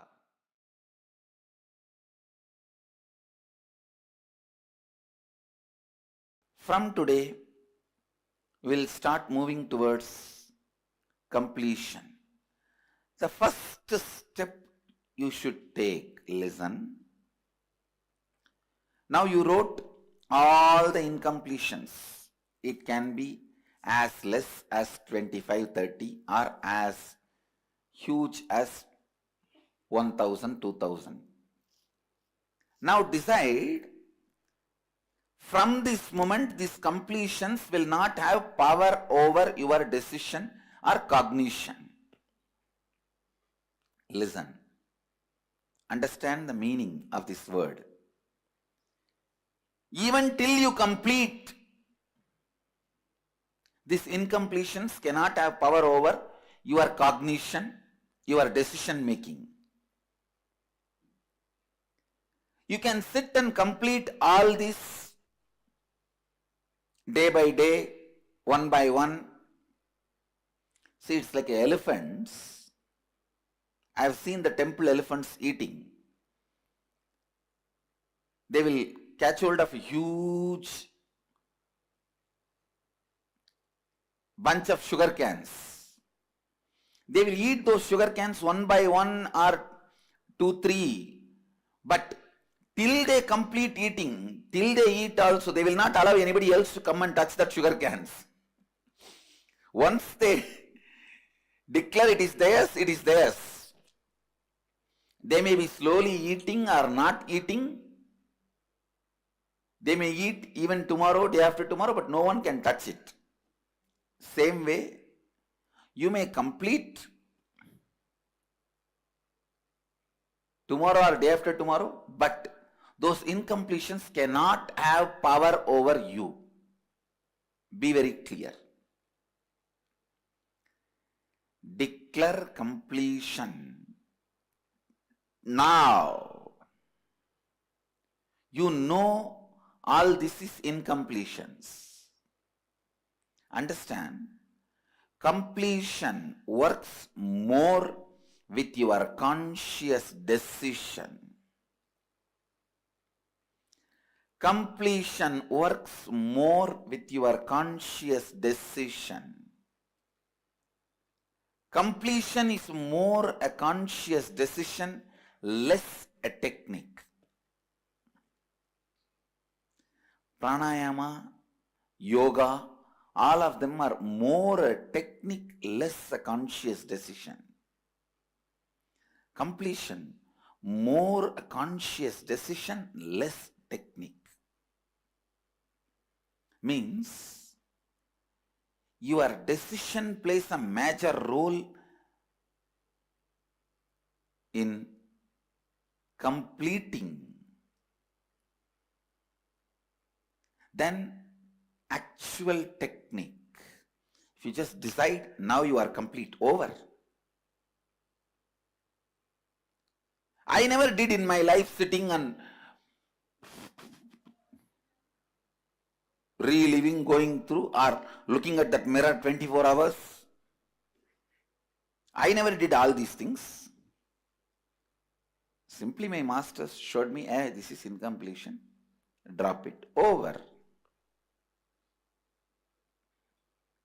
So it is your decision that plays major role.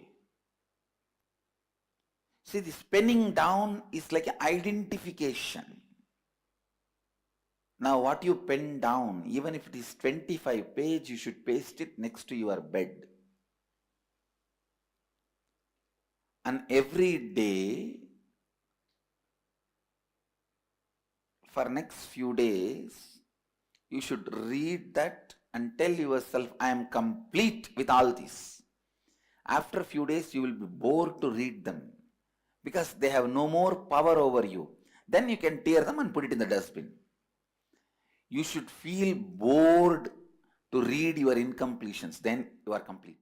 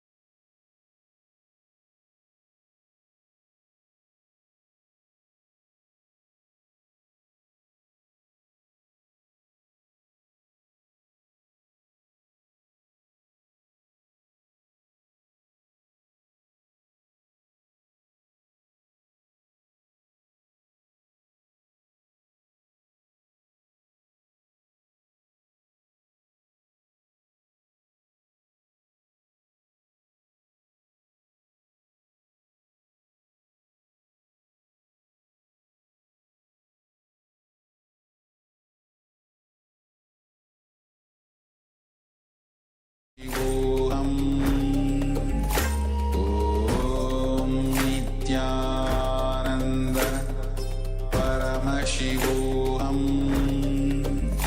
Om Nityananda Paramashivoham Om Nityananda Paramashivoham Nityananda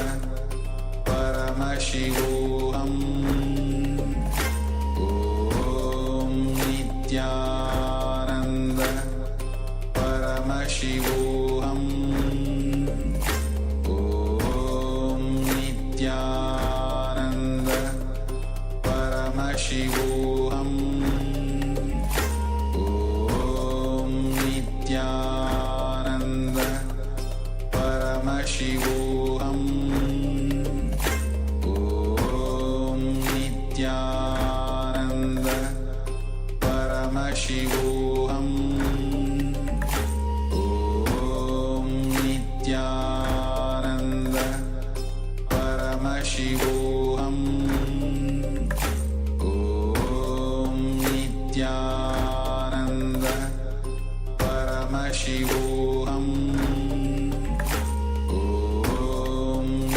Nityananda Paramashivoham Om Nityananda Paramashivoham Om Nityananda Paramashivoham Om Nityananda. Yes, Nityananda. After this powerful video revealing the joys of completion, let us now enter into a very powerful completion process. We're first going to listen to the instructions from the Supreme Pontiff of Hinduism and then guide you step by step through the process. Let us listen in now to this way, this process of completion. Relive at least 3-4 times and declare completion with it. From now, consciously, I am dropping all the influences of this incident and the decisions I made from these incidents over me. Declare it. Then read the second incident. Pick up the mirror. Don't think I'll read once for all and read complete once for all. No. 1, 1, 1, 1. Okay? Everyone is clear? Please pick up the mirror. Question.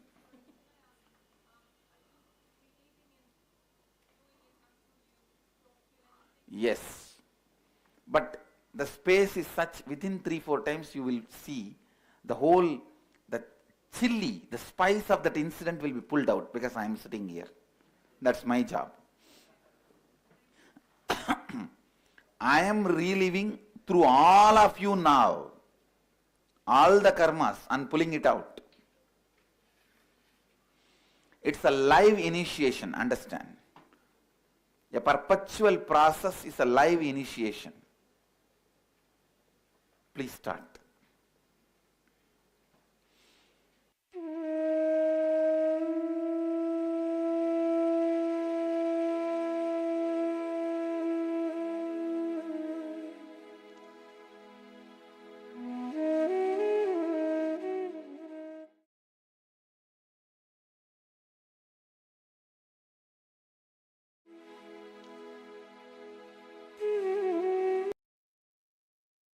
Yes. Let us now enter into the process. Once more. First, read the incident that you wrote and then drop the paper. Pick up the mirror, relive at least 3 to 4 times, and declare completion. From now, consciously, I'm dropping all the influence of this incident and the decision I made from this incident over me.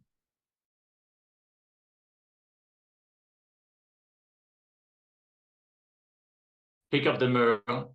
Don't think you will read once in one go all the incidents and relive them, go one by one. Each incident, read the incident, complete the incident in the mirror, read the next incident, complete it in the mirror. Do it one by one. If you have any questions or doubts about the process, please let us know so we can attend to it.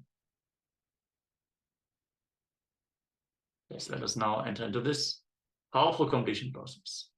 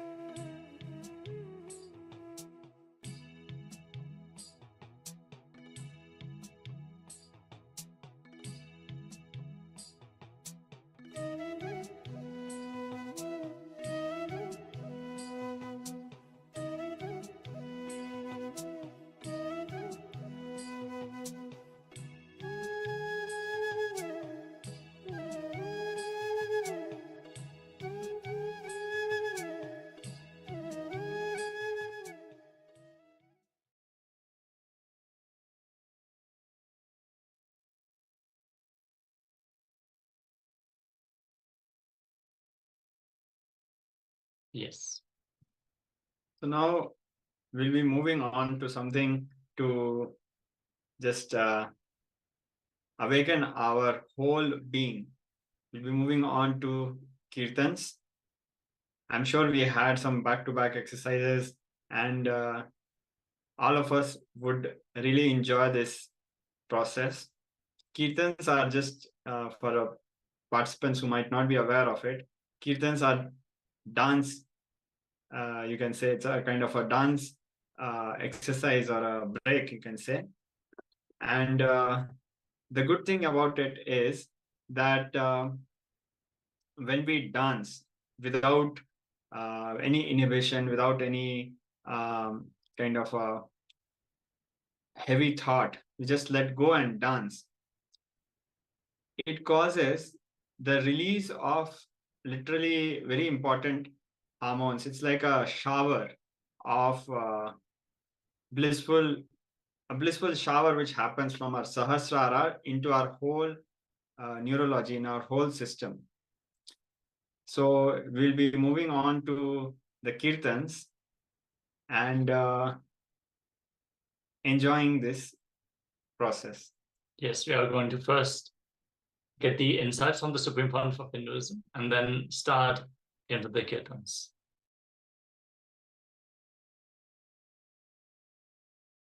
Understand? All sattvic bliss is your right, is your birthright, and you guys are Shaivites. Shaivite means joyful guys.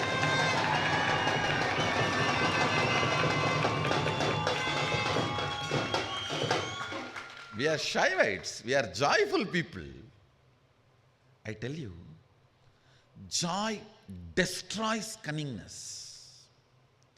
Joy destroys this crooked thinking.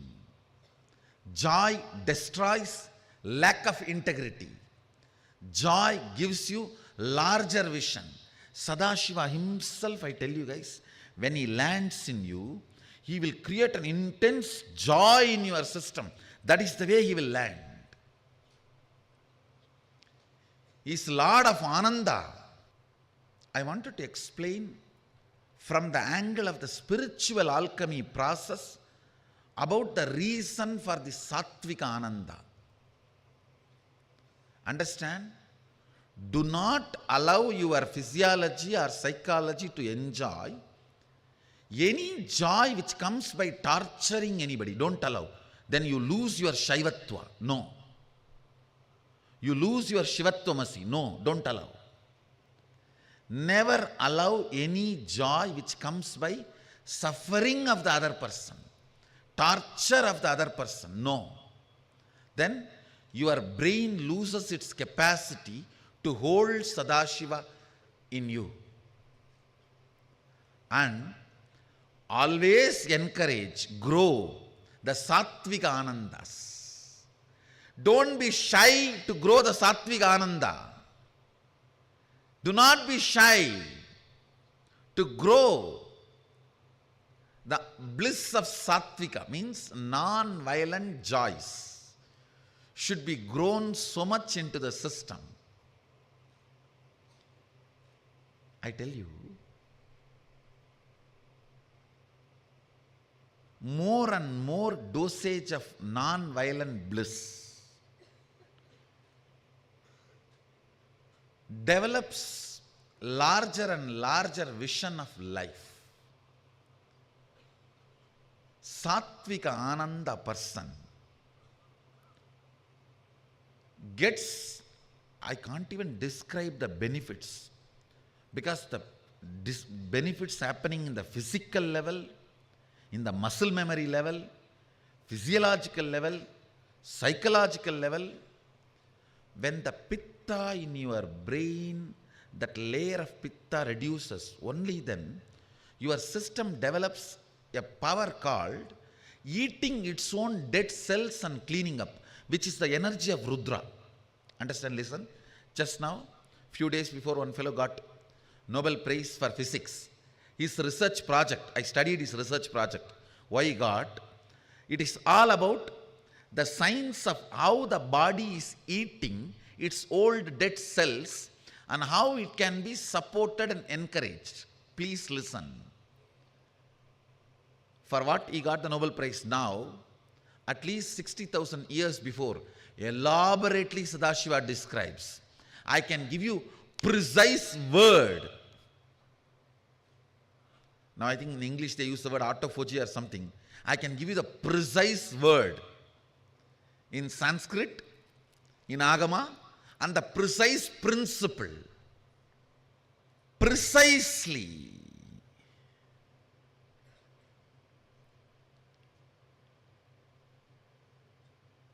The Sattvika Ananda, what it does, listen, it will clean up the Pitta layer in the brain, means the layer which makes you powerless, tired, and withdraw from the life for no reason. So actually, when the Pitta layer attacks you, suddenly you will feel like frustrated and don't want to get involved with anything. If you come face to face with your mother-in-law or boss, or the people whom you don't want to see what happens to you at that moment, imagine that's the same thing, the Pitta layer spreading. Listen, this Sattvika Ananda first thing cleans up that subtle layer of Pitta, that is one. Second, it awakens the Rudra energy in you, which makes your system eat all the dead cells and dead parts of you and clean up. Just clean up.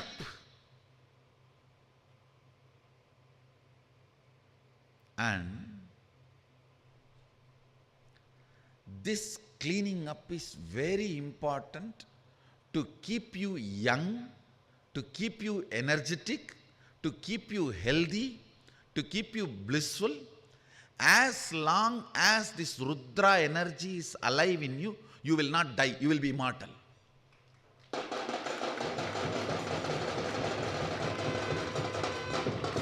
Sattvika Ananda awakens that Rudra energy in you intensely, I tell you. At any cost, whatever you have to give up to live with the happy people, sattvically happy people, just go and be with them. That is satsanga. And plan sincerely to make that same kind of a Sattvika Ananda in your home and workplace. Where you are working, in your home, both places. A very simple thing. A non-violent joy will actually make your workplace productive. It will become productive. I am telling you, even in my Sangha, only the people who are joyful are productive. Everyone else is a load. It's a load only. I have many pillars, supporting pillars and hanging pillars. No, joyful people are all supporting pillars. They will be highly efficient, highly integrated, have a passion for Sattvik Ananda, have romance with Sattvik Ananda, the non-violent bliss, peaceful bliss, where you don't hurt anybody, but it is joy for you. Grow more and more of Sattvika Ananda in your system. Activities which makes the Sattvika Ananda in your system, you will become efficient, you will become integrated, you will be just glowing, you will be completely healthy. The Rudra energy in you will be so alive. You will be young forever. It's an amazing beauty technique. Now women don't need any other convincing. reason or the context to practice. Done. Only for men I have to give the remaining reasons. The moment I know the way the body of the kids move, see when they jump, dance, the way the body moves itself, I know, yes, this kid has come to integrity. He has lost all the cunningness. He is no more cunning. Or the joy,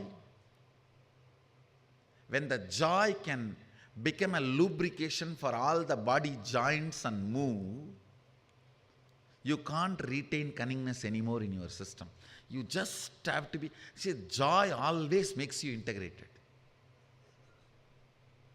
For example, if there is high water level in Ganga, you don't have to worry about the stones in the bed, river bed. You can just go in the boat or ship or whatever. If the water level is low, you need to worry about the stones and everything. The river bed, boat cannot travel comfortably. Same way, in high joy only integrity boat can travel in your life.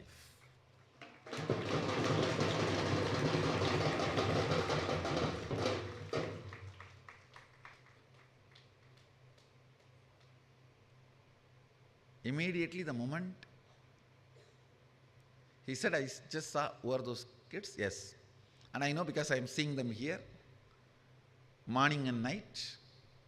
And I know what is the space they will go and sleep if they jump and breathe my breathing space for such long time. I tell you, joy, sattvika ananda makes you a Shaivite. So much of sattvika ananda, biomemory will get into your system. It will help you in every process so powerfully. See, especially when you jump and all, the bliss is inhaled by every pore of your body. Every pore of your body, the bliss is inhaled. It becomes part of your muscle memory and biomemory. Of course, doing puja is surely sattvika ananda, but you don't use the whole body to do puja. But with these kirtans, it's like a whole body is used. The way your body flows with that, I can tell you, the level of integrity you have and the efficiency or the vision about life.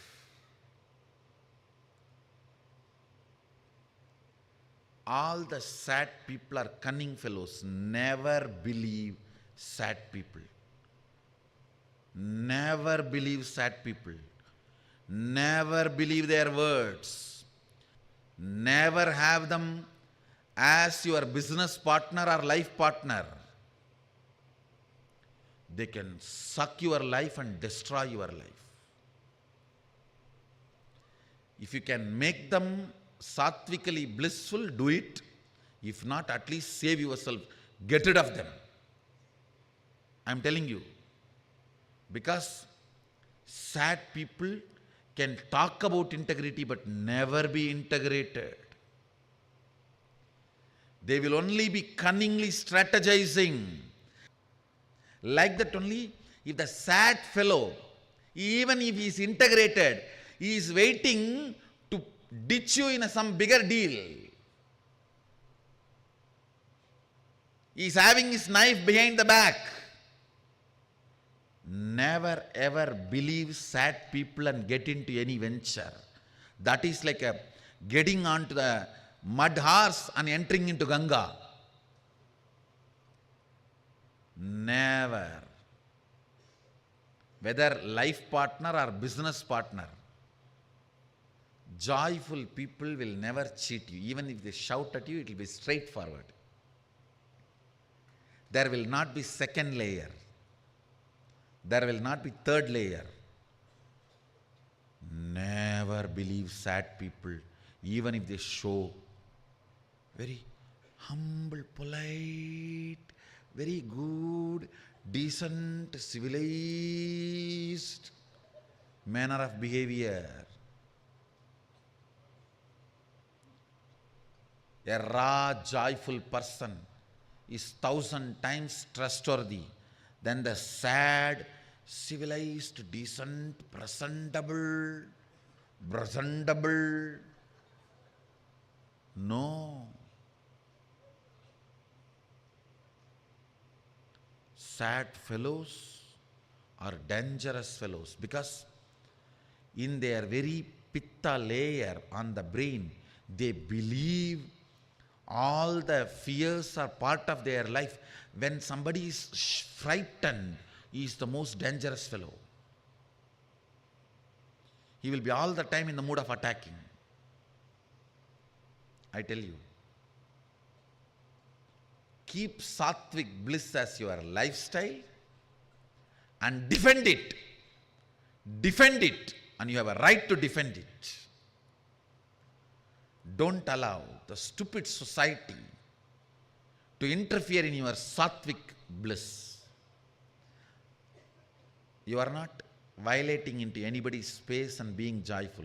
You are joyful just because I am here and my joy, sharing it.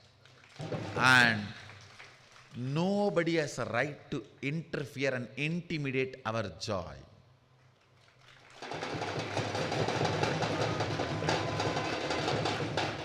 If they intimidate, they give us the right to retaliate.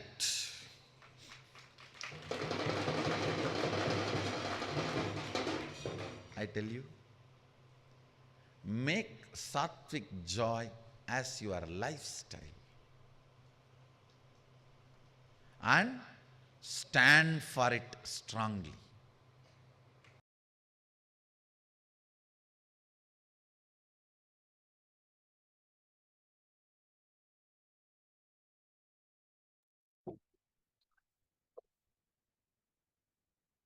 So we learned that no matter what, it is our right to defend our joy, and if somebody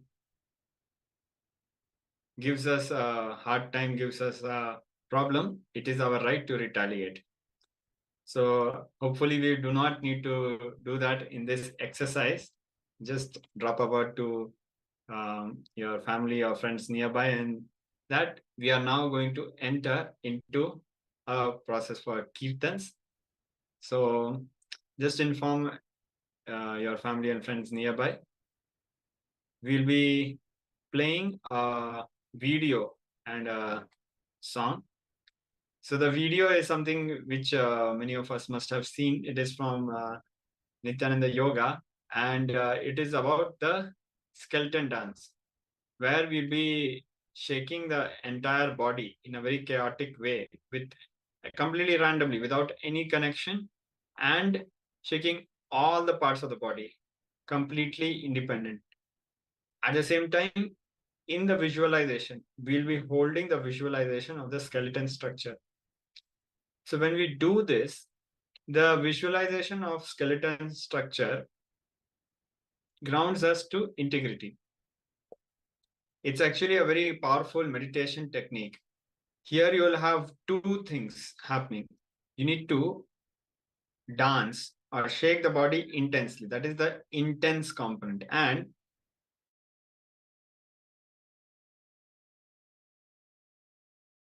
maintain the continuity in the visualization and the intensity in the dance. If it breaks, if suddenly you lose the visualization of the dance, then you can restart. But understand, till that point you were able to maintain. Or at some point, if you are reducing the intensity of the dance, then realize, okay, this is still where you're able to take. So it's actually a very powerful meditation technique. And to get the full benefit, remember this part, that you need to hold the visualization continuously and keep the dance happening intensely. Yes, just make sure you have enough space in your living area so you can really shake your body intensely without worrying about the surroundings, and hold the visualization intensely as you're now going to enter into this very powerful process.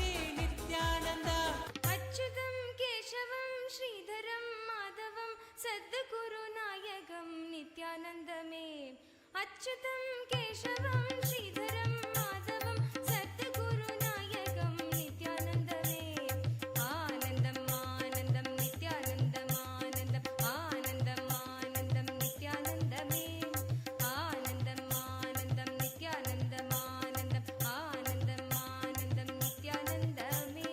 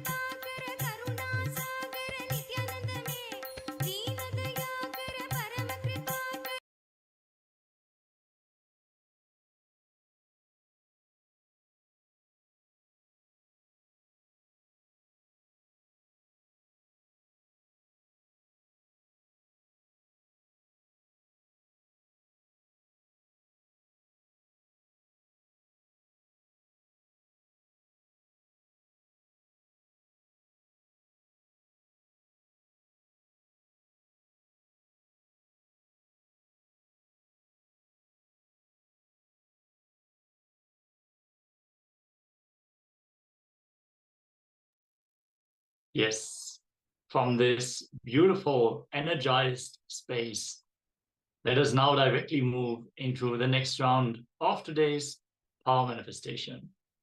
I hope you all enjoyed this round of the skeleton dance, the kirtans, the celebratory dance of the divine. As today we are manifesting the power of body scanning. Let us get ready for the next round. In this round, we are going to connect to a partner and scan and change the pulse of another person. So for that, you have to connect to a partner. So take a few moments to reach out to any roommate or family member or any friends or distant relatives, anyone you feel would benefit from this, especially if you can think of someone who has like high blood pressure or any blood-related issues. Connect to them and tell them about the power manifestation, that you are an initiated disciple from the Supreme Pontiff of Hinduism and that you want to manifest this power. For the pulse reading, if you do not have a measuring tool for measuring the pulse, you can just take 2 fingers and count the number of heartbeats within 1 minute. And then again, after the power manifestation, repeat that process to see how much the pulse has actually changed. So for now, let us settle down and connect to a partner. Explain them that this is the power you're going to manifest.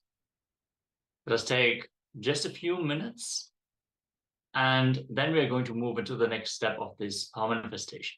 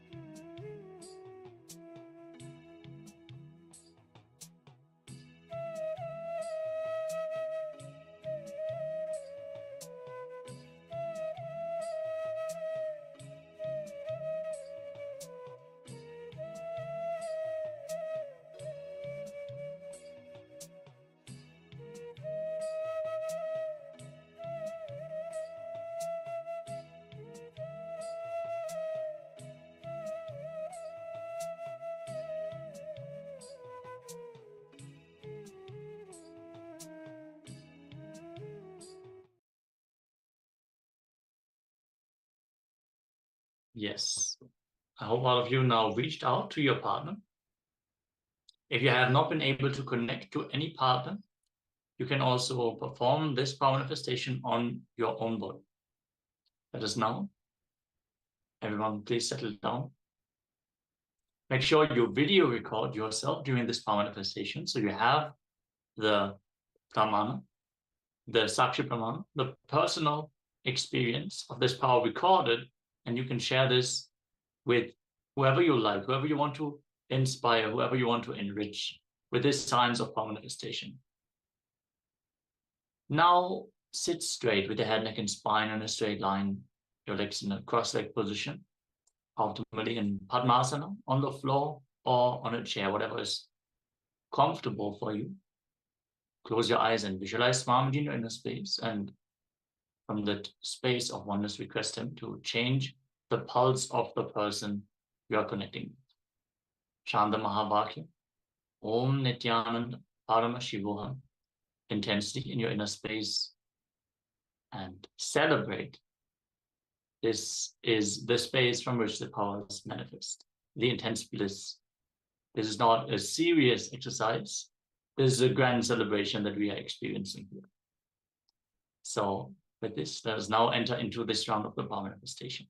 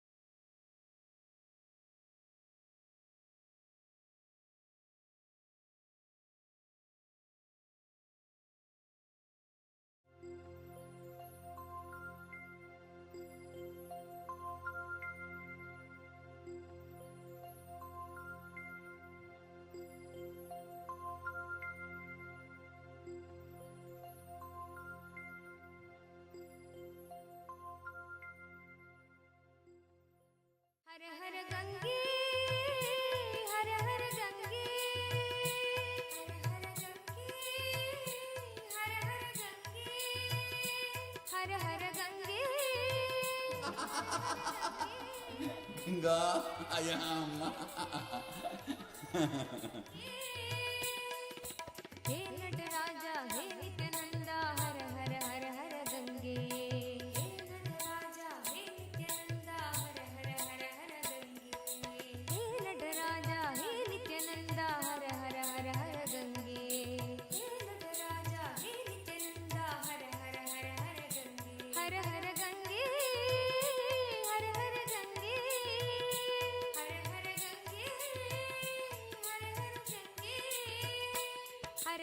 Gange हर हर गंगे हर हर गंगे हर हर गंगे हर हर गंगे हे नटराजा हे नित्यानंदा हर हर हर हर गंगे हे नटराजा हे नित्यानंदा हर हर हर हर गंगे हे नटराजा हे नित्यानंदा हर हर हर हर गंगे हे नटराजा हे नित्यानंदा हर हर हर हर गंगे हर हर गंगे हर हर गंगे हर हर गंगे हर हर गंगे नित्यपुरीश्वरा जय गंगाधरा नित्यपुरीश्वरा जय गंगाधरा नित्यपुरीश्वरा जय गंगाधरा नित्यपुरीश्वरा जय गंगाधरा हर हर हर हर गंगे हर हर हर हर गंगे हर हर हर हर गंगे हर हर हर हर गंगे शंकरा शिव शंकरा शिव शंकर शंकर नित्या शंकरा शिव शंकरा शिव शंकर शंकर नित्या शंकरा शिव शंकरा शिव शंकर शंकर नित्या शंकरा शिव शंकरा शिव शंकर शंकर नित्या शंकरा शिव शंकरा शिव शंकर शंकर नित्या शंकरा शिव शंकरा शिव शंकर शंकर नित्या शंकरा शिव शंकरा शिव शंकर शंकर नित्या शंकरा शिव शंकरा शिव शंकर शंकर नित्या हर हर गंगे हर हर गंगे हर हर गंगे हर हर गंगे हर हर गंगे हर हर गंगे हर हर गंगे हर हर गंगे हे नटराजा हे नित्यानंदा हर हर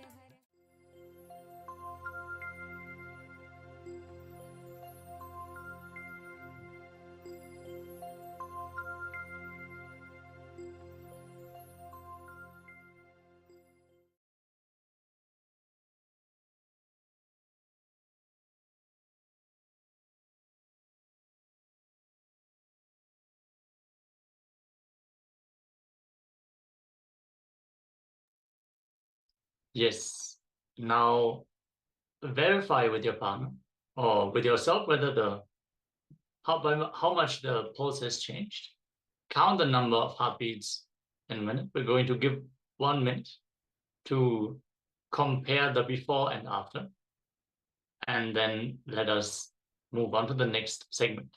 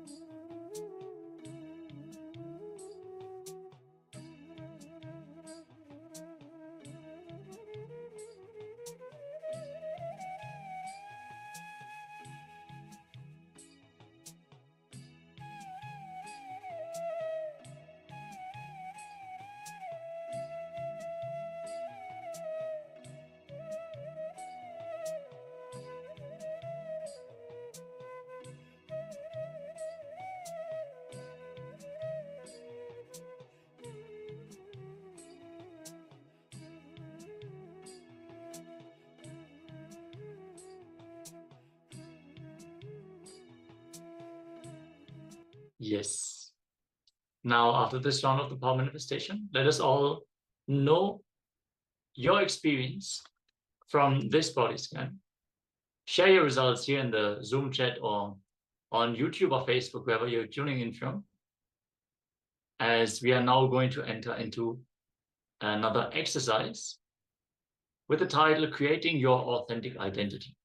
See, we've been going through so much completion today, dropping all the incompletions.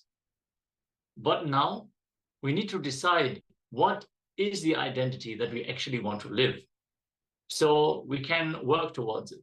One thing is looking in, what are the incompletions that are stopping me from manifesting what I want? And now let us actually go into the process of manifesting the identities that we actually want. So far, you have written your best inner image, your best